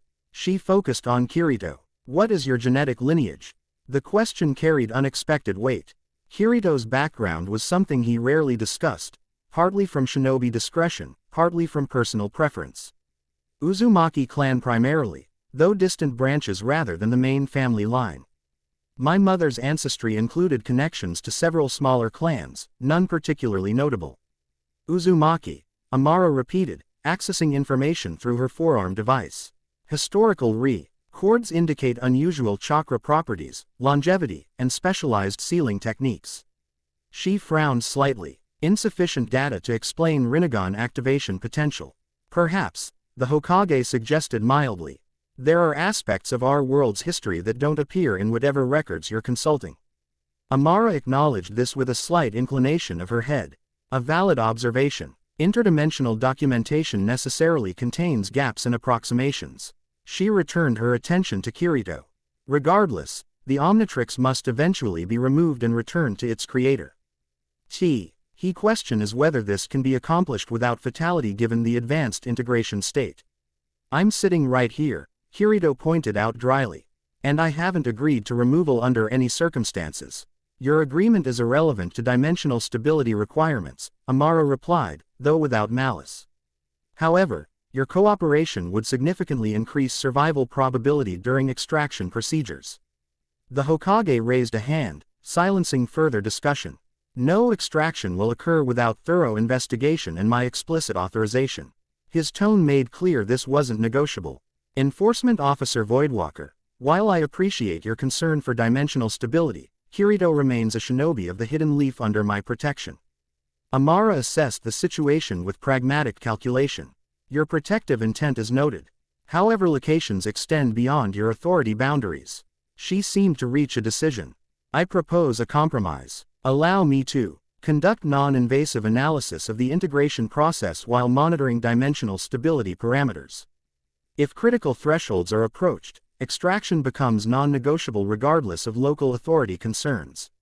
The Hokage considered this acceptable, with conditions. All analysis will occur under observation by our research division. You will share all findings with Dr. Hyuga's team. And any extraction attempt requires my prior authorization unless immediate catastrophic failure is imminent. with objective evidence of that assessment. Amara nodded once. Acceptable parameters. She turned to Kirito. Your cooperation will facilitate more accurate analysis and potentially identify safer extraction methodologies. Kirito's gaze moved from Amara to the Hokage to Yuna, weighing multiple factors simultaneously. The tactical assessment was complex. Amara clearly possessed knowledge and technology far beyond their current understanding, yet her agenda remained partially obscured.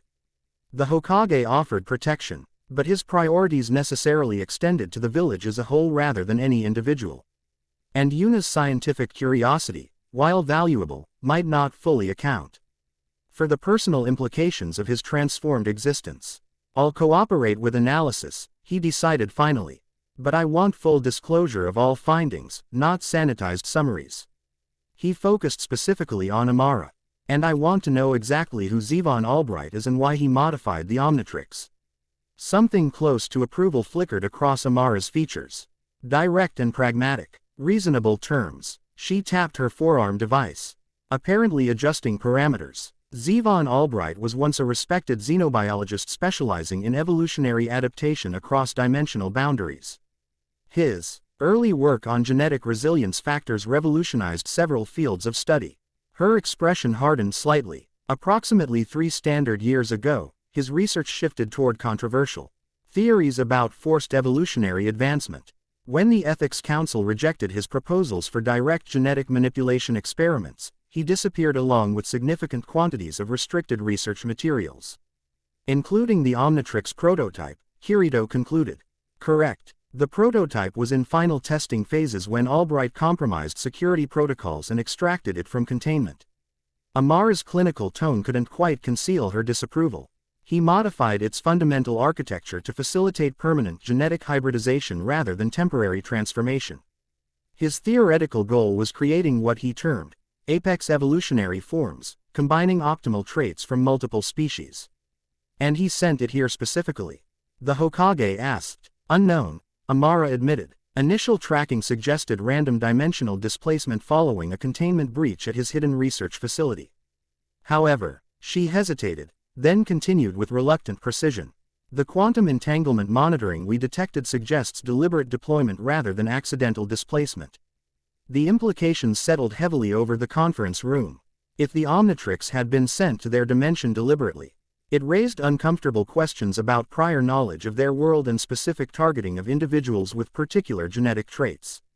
Yuna broke the thoughtful silence.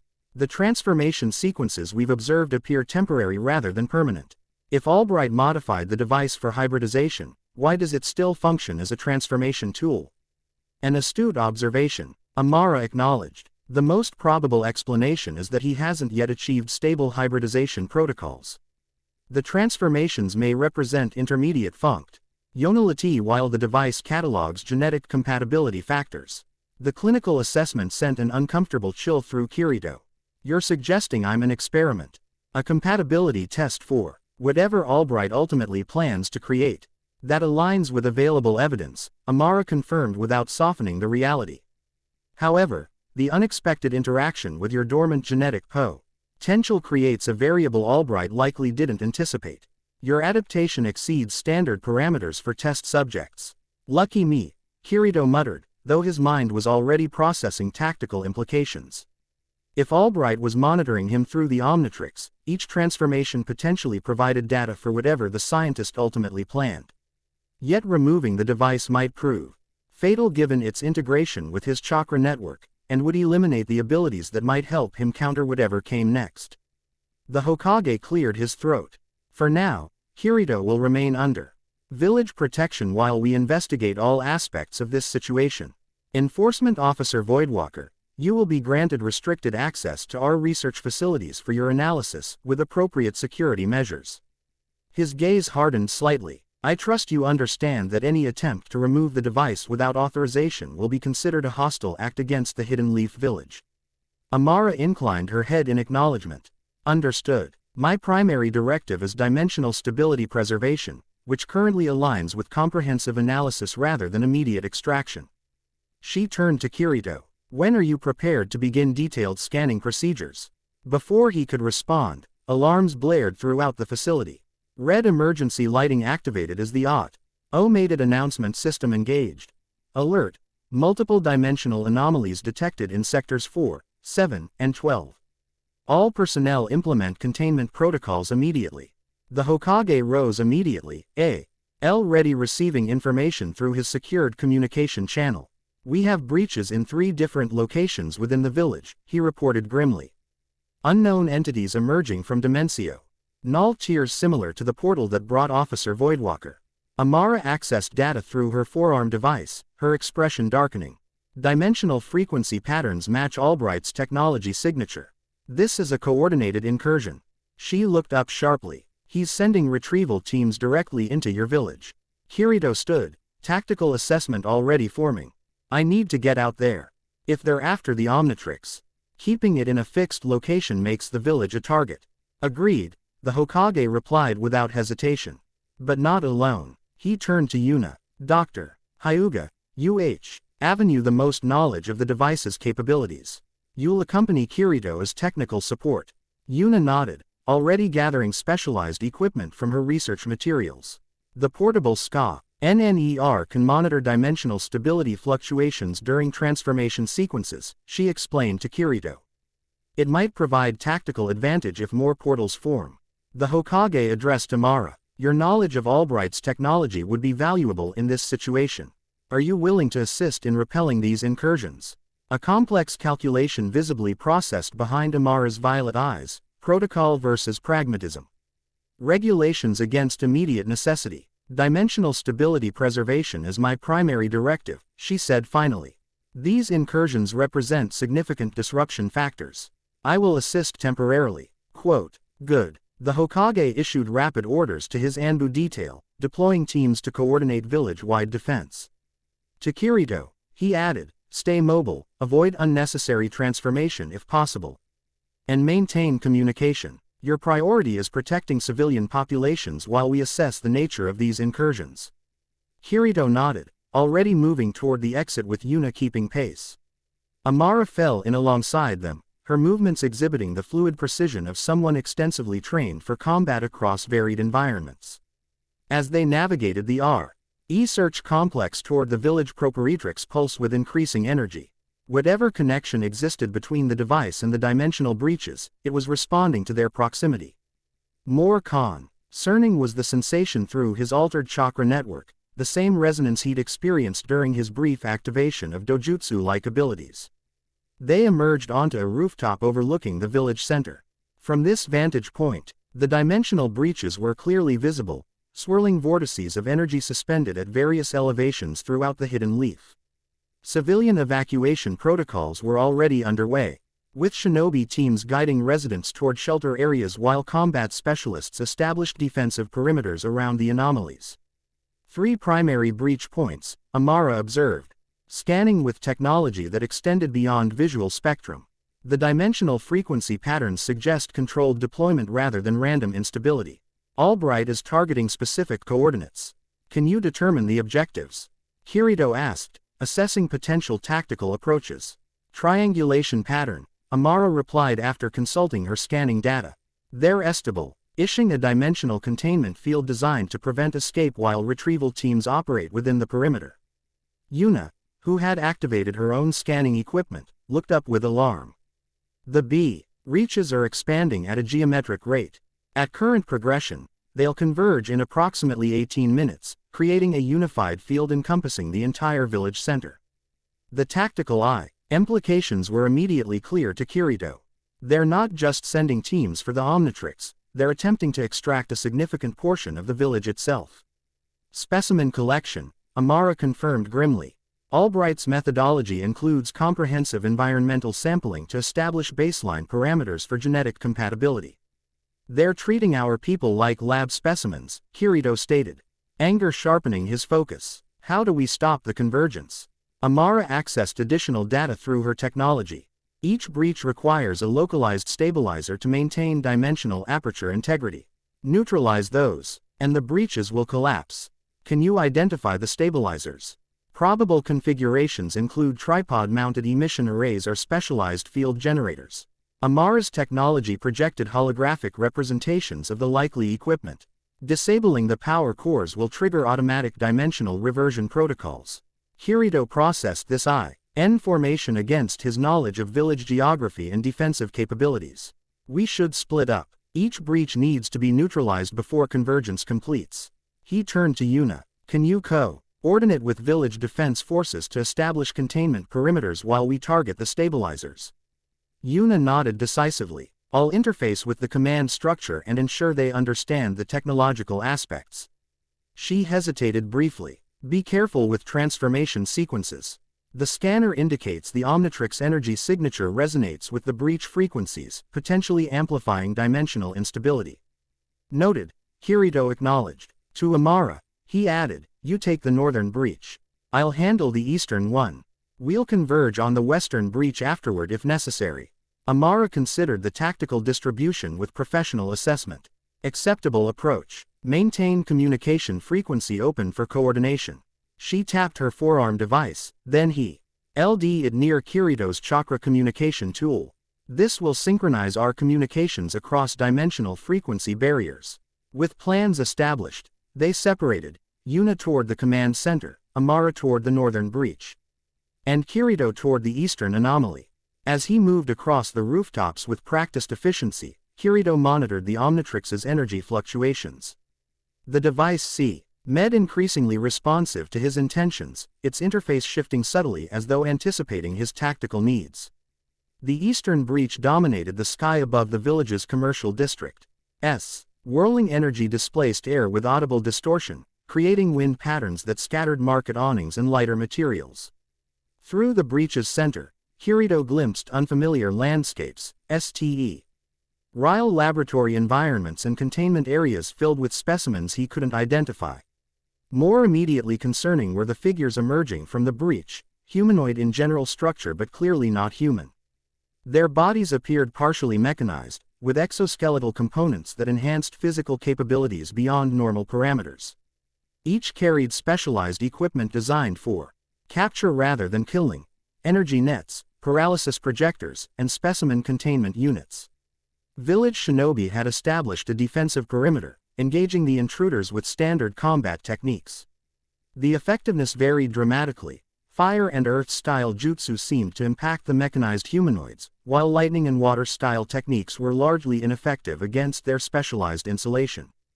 Kirito surveyed the battlefield, searching for the dimensional stabilizer Amara had described. He located it at the breach's epicenter, a tripod-mounted device emitting pulsing energy directly into the dimensional tier.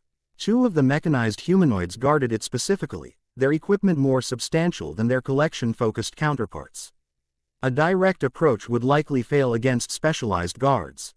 Transformation offered tactical advantages but risked increasing dimensional instability according to Yuna's warning. The situation required precision rather than raw power. Kirito circled the perimeter, analyzing defensive patterns while remaining undetected. The mechanized guards maintained systematic surveillance rotations, but with predictable blind spots during transition phases. Their sensory equipment appeared focused on energy signatures rather than physical presence, prioritizing detection of chakra usage over conventional stealth. He formulated his approach accordingly, suppressing his chakra signature to minimum levels while utilizing physical stealth techniques rather than jutsu-based concealment. The commercial district's architectural complexity provided ample shadow paths and concealment options as he worked his way closer to the stabilizer. When he reached optimal strike position, Kirito evaluated final approach options.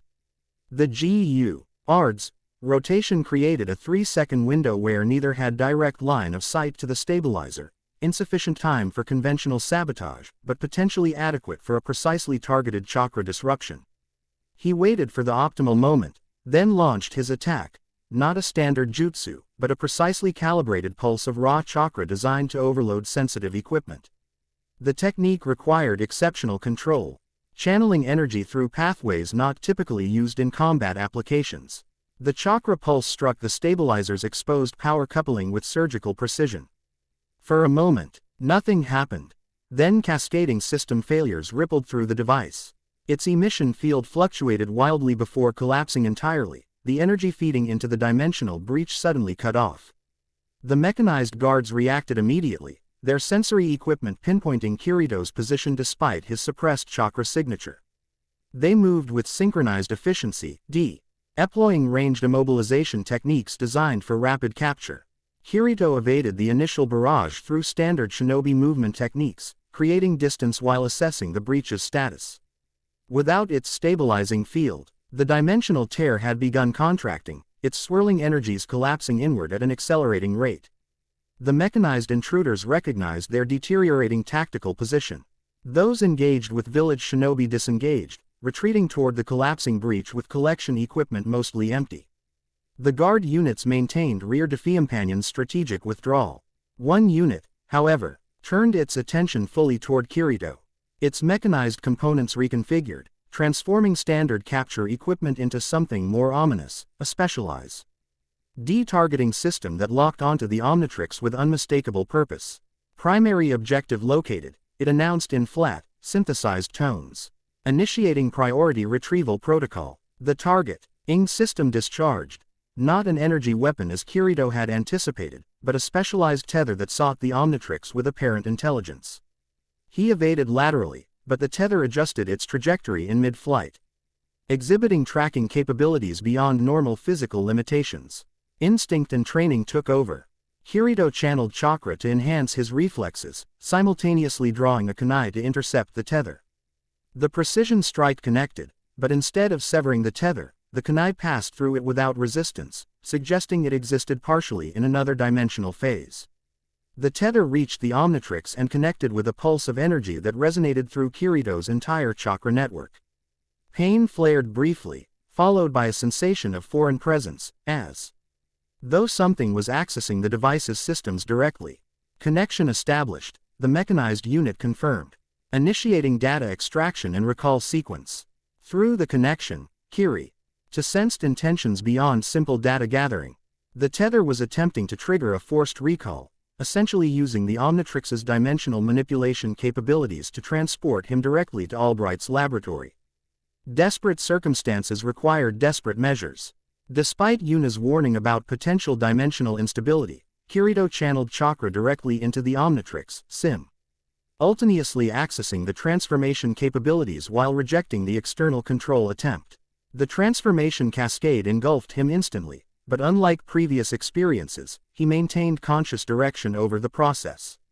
Instead of allowing the device to select a transformation based on tactical parameters, he deliberately accessed the crystalline form he'd first experienced, Petrosa. P&' physiological capabilities with enhanced structural control. His body reconfigured into living crystal, the transformation completing just as the recall sequence initiated through the tether. Crystalline structure of his transformed body interacted with the dimensional energies in unexpected ways, refracting and redirecting the recall field rather than being transported by it. Feedback surged through the connection, overloading the mechanized unit's control systems. The tether disintegrated as the unit staggered backward, its coordination temporarily disrupted. Kirito seized the advantage, launching crystalline projectiles with lethal precision. The shards penetrated the unit's defensive shielding, striking critical connection points between mechanized and biological components. The hybrid entity collapsed, its systems failing catastrophically. The dimensional breach had contracted significantly, now barely large enough for the remaining collection units to escape.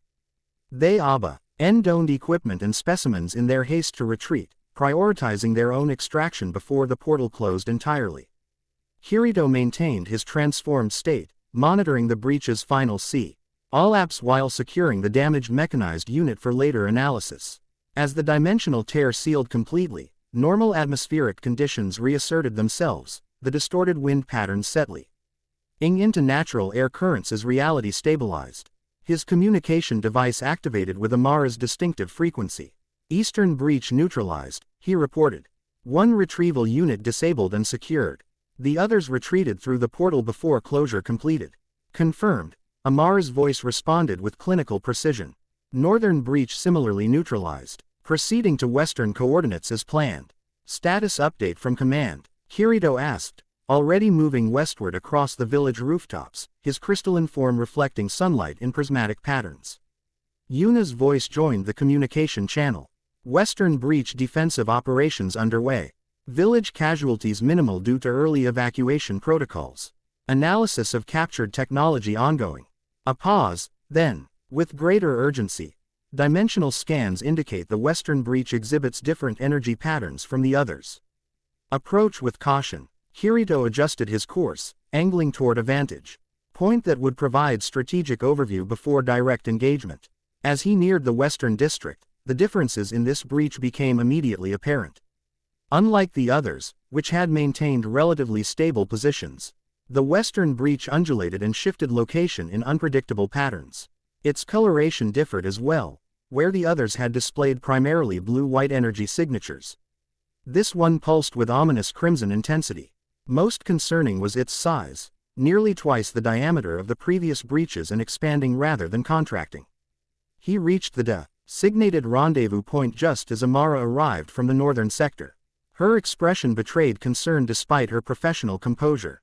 "This isn't a standard collection breach," she stated, scanning the anomaly with her specialized equipment. "The energy signature matches Albright's personal portal configuration. He's coming through himself." The tactical implications shifted dramatically. Direct confrontation rather than proxy retrieval, Kirito assessed. Why change approaches mid-operation? Unknown, but concerning. Amara's scans continued, her frown deepening. The dimensional stabilizer for this breach utilizes significantly more advanced technology than the collection portals. Standard neutralization techniques will be ineffective. Before they could formulate a revised approach, the breach's energy patterns shifted dramatically. The swirling vortex stabilized into a precise circular aperture, its edges defined with unnatural sharpness. Through its center appeared a laboratory environment far more sophisticated than the glimpses Kirito had seen previously, a space filled with advanced technology and monitoring stations displaying data he couldn't interpret from this distance. A figure stepped through, tall and imposing despite lacking obvious physical enhancements. His attire suggested scientific authority rather than combat specialization, a pristine white laboratory coat over clothing of unfamiliar design and material. His features combined intellectual intensity with clinical detachment, sharp eyes that missed nothing, set in a face that rarely displayed emotion beyond scientific curiosity. Amara tensed visibly. "Zevon Albright," she confirmed, her normally controlled tone edged with something close to personal animosity. "This violates all established containment protocols. He shouldn't have direct dimensional transition capabilities." Albright surveyed the village with the dispassionate interest of a researcher examining a particularly novel specimen. His gaze moved methodically across architectural structures, defensive formations, and individual shinobi before settling on Kirito's transformed state with unmistakable recognition. "Fascinating," he remarked, his voice carrying despite the distance. "Petrosapian integration without cellular degradation. The adaptation coefficients exceed primary modeling parameters." His attention shifted briefly to Amara. "An enforcement division involvement already. Your response protocols have improved significantly, Officer Voidwalker." "Zevon Albright," Amara replied formally, "you are in violation of Dimensional Ethics Convention Statutes 13 through 28. Surrender immediately for processing and return to designated containment facilities." Albright's expression suggested mild amusement rather than concern. "Your jurisdictional authority doesn't extend to unauthorized dimensional planes, officer. A limitation Luke can't address despite numerous operational failures." His attention returned to Kirito. "More relevant is the remarkable integration success demonstrated by my prototype. Tell me, how does it feel to access genetic potential beyond your species' natural limitations?" Kirito maintained tactical position, assessing Albright's capabilities while formulating response options. The scientist appeared unarmed and unenhanced, yet his confident demeanor suggested capabilities beyond obvious physical parameters. "Why me specifically?" Kirito questioned, seeking information while Alliance Shinobi established containment positions around the breach.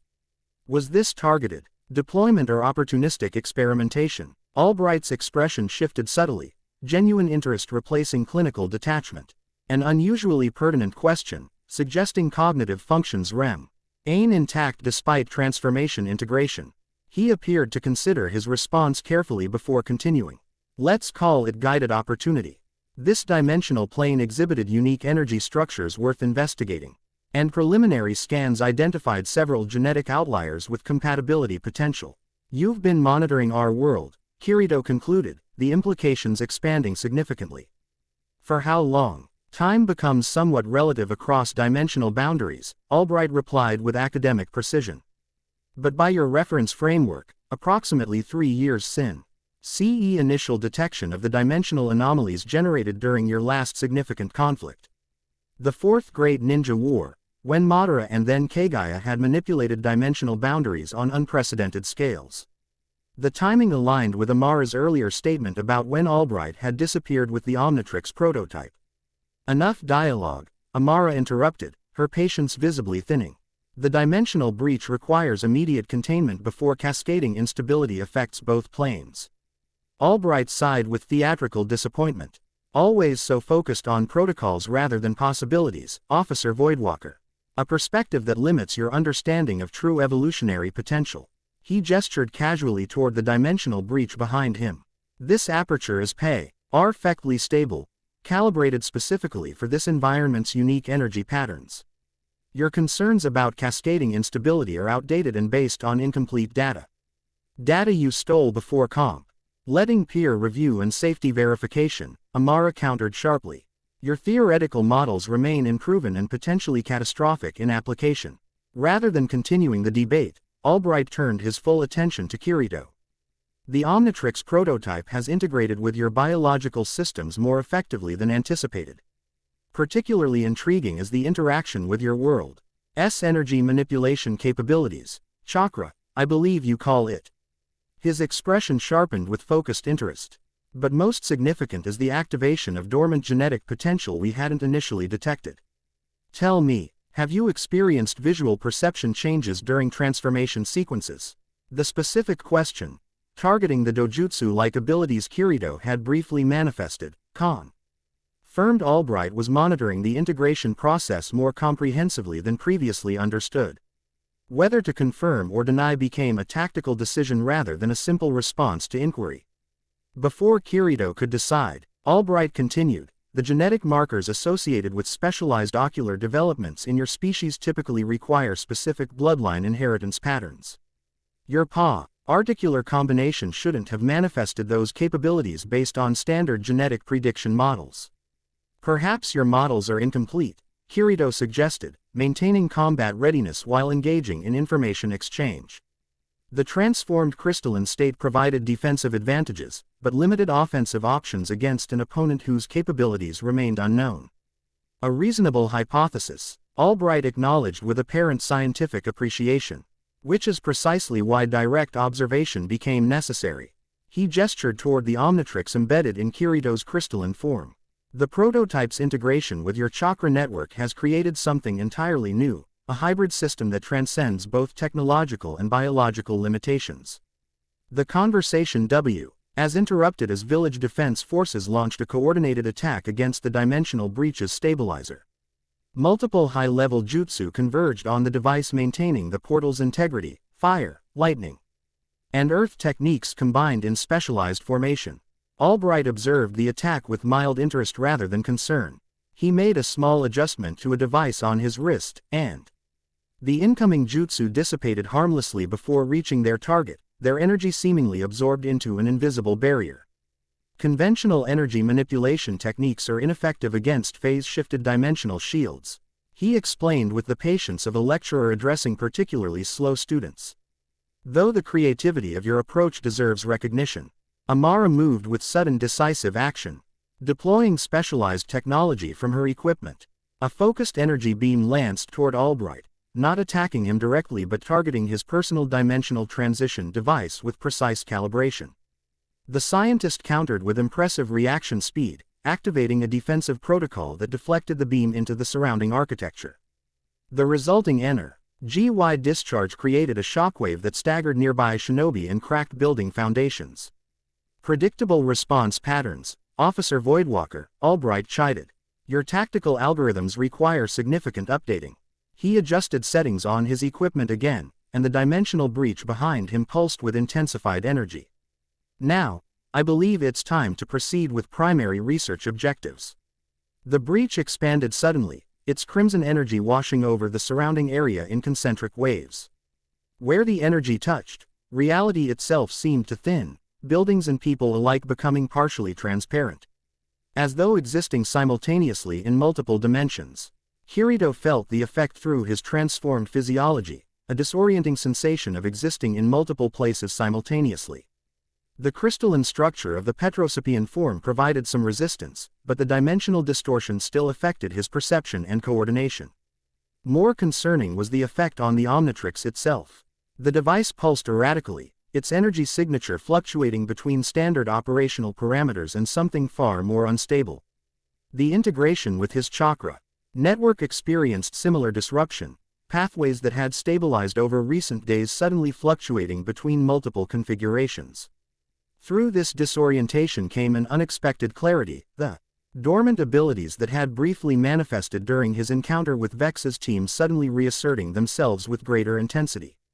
His perception shifted dramatically, revealing not just chakra networks and energy patterns, but the underlying structure of reality itself, dimensional boundaries and connection points normally invisible to human awareness.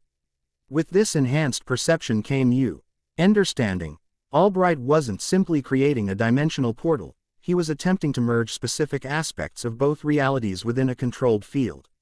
The technique resembled advanced space-time ninjutsu but operated on fundamentally different principles, manipulating dimensional boundaries rather than simply traversing them. Kirito focused this enhanced perception on Albright himself, seeking vulnerabilities in his dimensional manipulation technology. The scientist's equipment appeared as complex energy configurations, primary systems, backup protocols, and fail-safe mechanisms all clear. Why visible through this altered awareness? Fascinating adaptation apparently detecting the change in Kirito's perceptual state. The dormant genetic potential is activating more fully in response to dimensional stress factors. This confirms several key hypotheses about evolutionary triggers across dimensional boundaries. The scientific appreciation in his tone couldn't disguise the calculating assessment beneath. Kirito had become a more valuable research subject with each adaptation, increasing Albright's determination to acquire him for further study. Amara had recovered from the initial dimensional distortion, her specialized training and equipment providing greater resistance than standard shinobi. She established communication with Kirito through their synchronized frequency. The dimensional merger is destabilizing local reality structures. If it continues expanding at current rates, permanent damage to your dimensional plane becomes inevitable. How do we stop it? Kirito asked, maintaining his enhanced perception while formulating counter-strategies. The primary emitter requires neutralization, but conventional energy attacks are ineffective against his shielding technology. Amara's tactical assessment remained precise despite the crisis. However, your transformed state and enhanced perception may provide alternative approach vectors.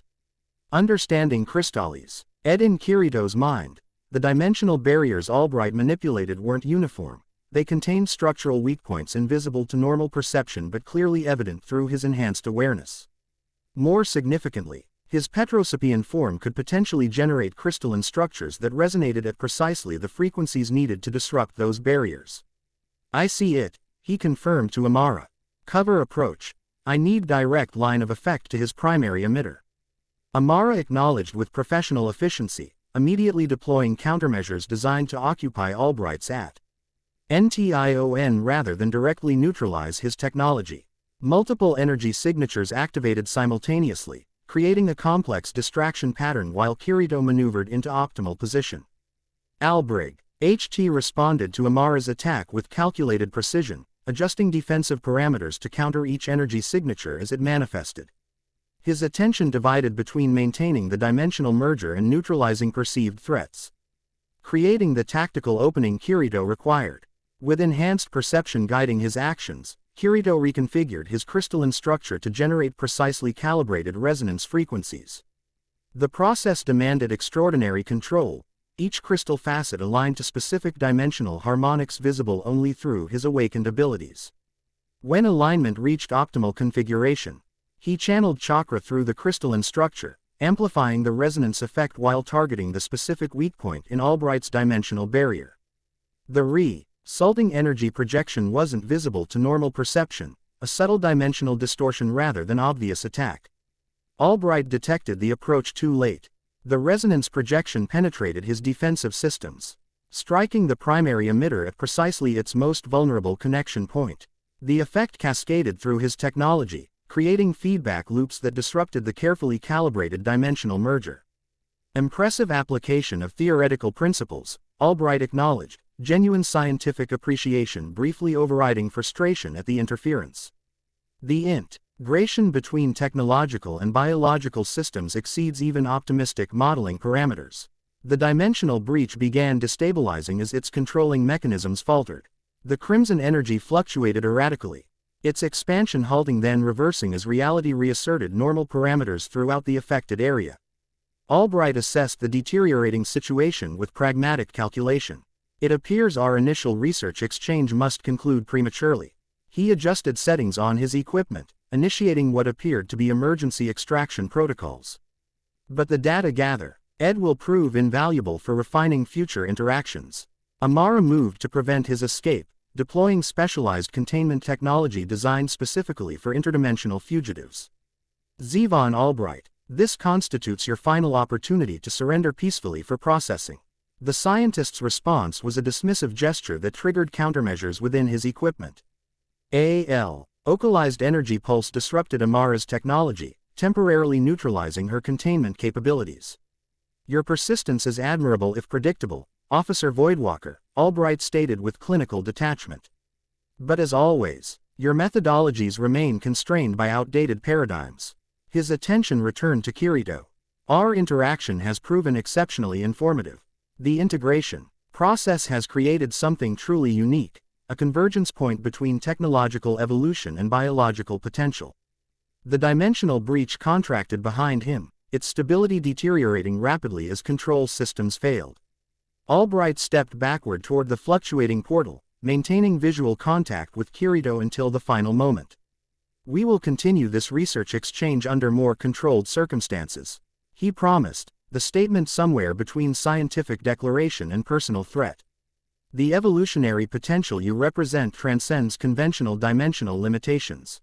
With those parting words, he stepped through the collapsing breach.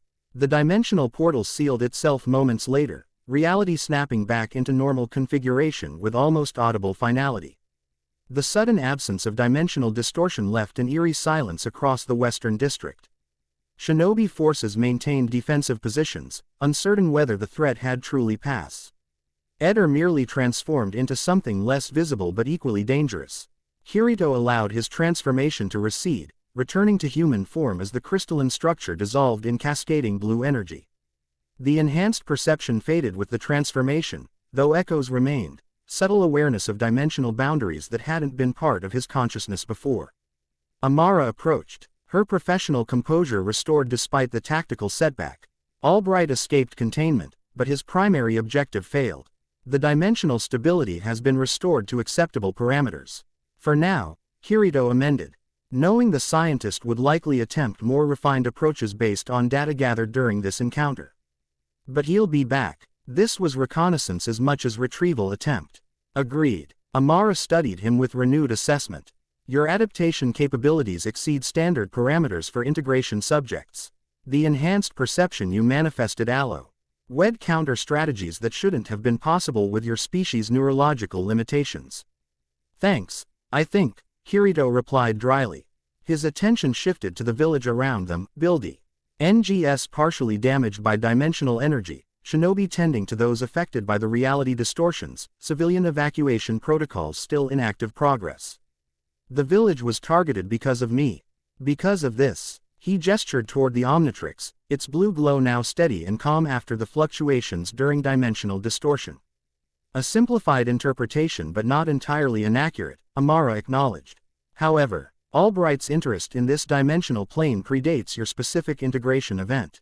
His research objectives appear to include broader applications involving your Earld's unique energy manipulation capabilities. The observation provided little comfort. Whether Albright targeted him specifically or the Shinobi world more generally, the result remained the same. His village and its people were endangered by forces beyond their conventional understanding or defense capabilities. Yuna arrived from the command center, her analytical attention already focused on collecting data. The sensors recorded the entire sequence, she reported, professional excitement barely contained despite the serious circumstances. The dimensional frequency patterns, the merger attempt, the neutralization technique, everything. Her enthusiasm faltered slightly as she registered Kirito's expression. This isn't just about scientific discovery, is it? The incursion targeted you specifically. Among other objectives, he confirmed, appreciating her perceptiveness. Albright sees the integration between the Omnitrix and my chakra network as some kind of evolutionary breakthrough. The activation of dormant abilities just increased his interest. Yuna processed this with characteristic thoroughness. Which means he'll likely attempt retrieval again, with more specialized approaches based on data gathered today. Precisely my assessment, Amara confirmed, her tone suggesting reluctant respect for Yuna's analytical capabilities. Standard containment protocol S will be insufficient against Albright's adaptive methodology. The Hokage arrived with his Anbu detail, having overseen village-wide security responses during the multi-point incursion. His ex-Perry, NCED Gaze assessed the situation with practiced efficiency before addressing them directly.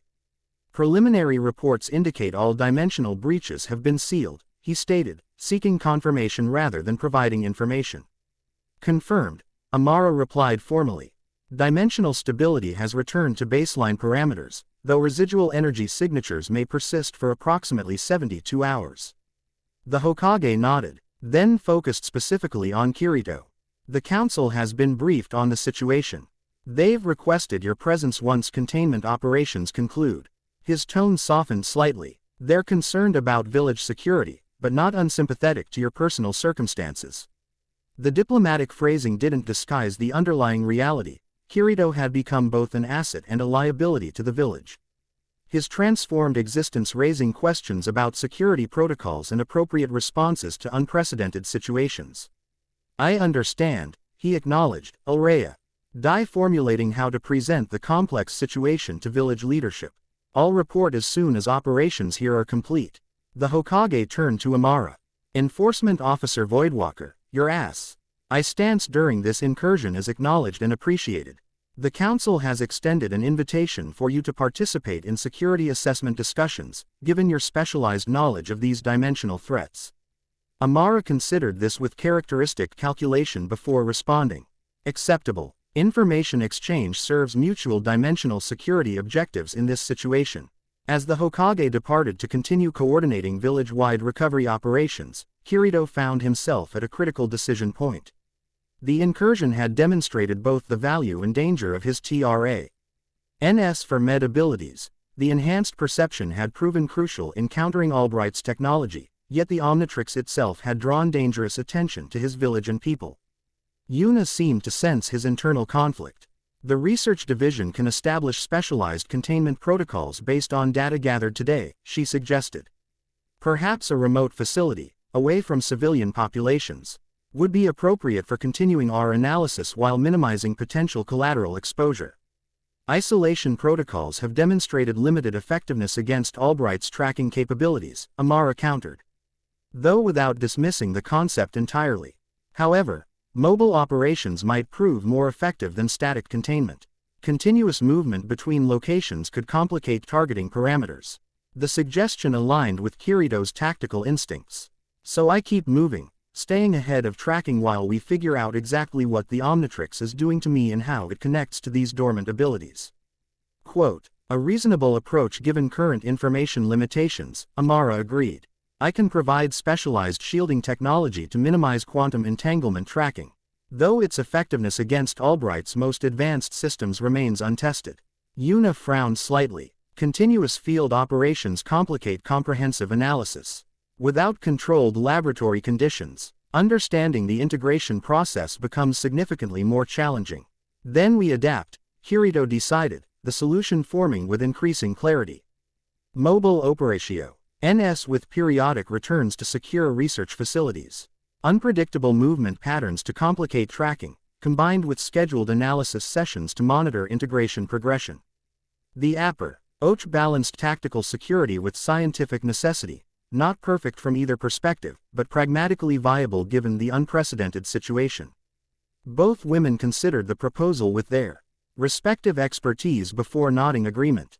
"I'll coordinate with the research division to establish mobile monitoring protocols," Yuna offered, already considering technical requirements. "And I will provide dimensional shielding technology compatible with your physiology," Amara added, her professional detachment softening marginally. "The integration process has created something unexpected. Something potentially significant beyond Albright's limited evolutionary perspective." Kirito glanced down at the Omnitrix, its steady blue glow a deceptively simple interface for the complex Trans formations occurring within his body and chakra network. Whatever dormant abilities it had awakened connected to something profound, ancient power with origins he didn't yet understand but could increasingly sense. "One thing is certain," he observed quietly. "This is just the beginning." Chapter 2 End. The end. I hope you enjoyed this episode. Remember to subscribe and like this video. See you in the next video.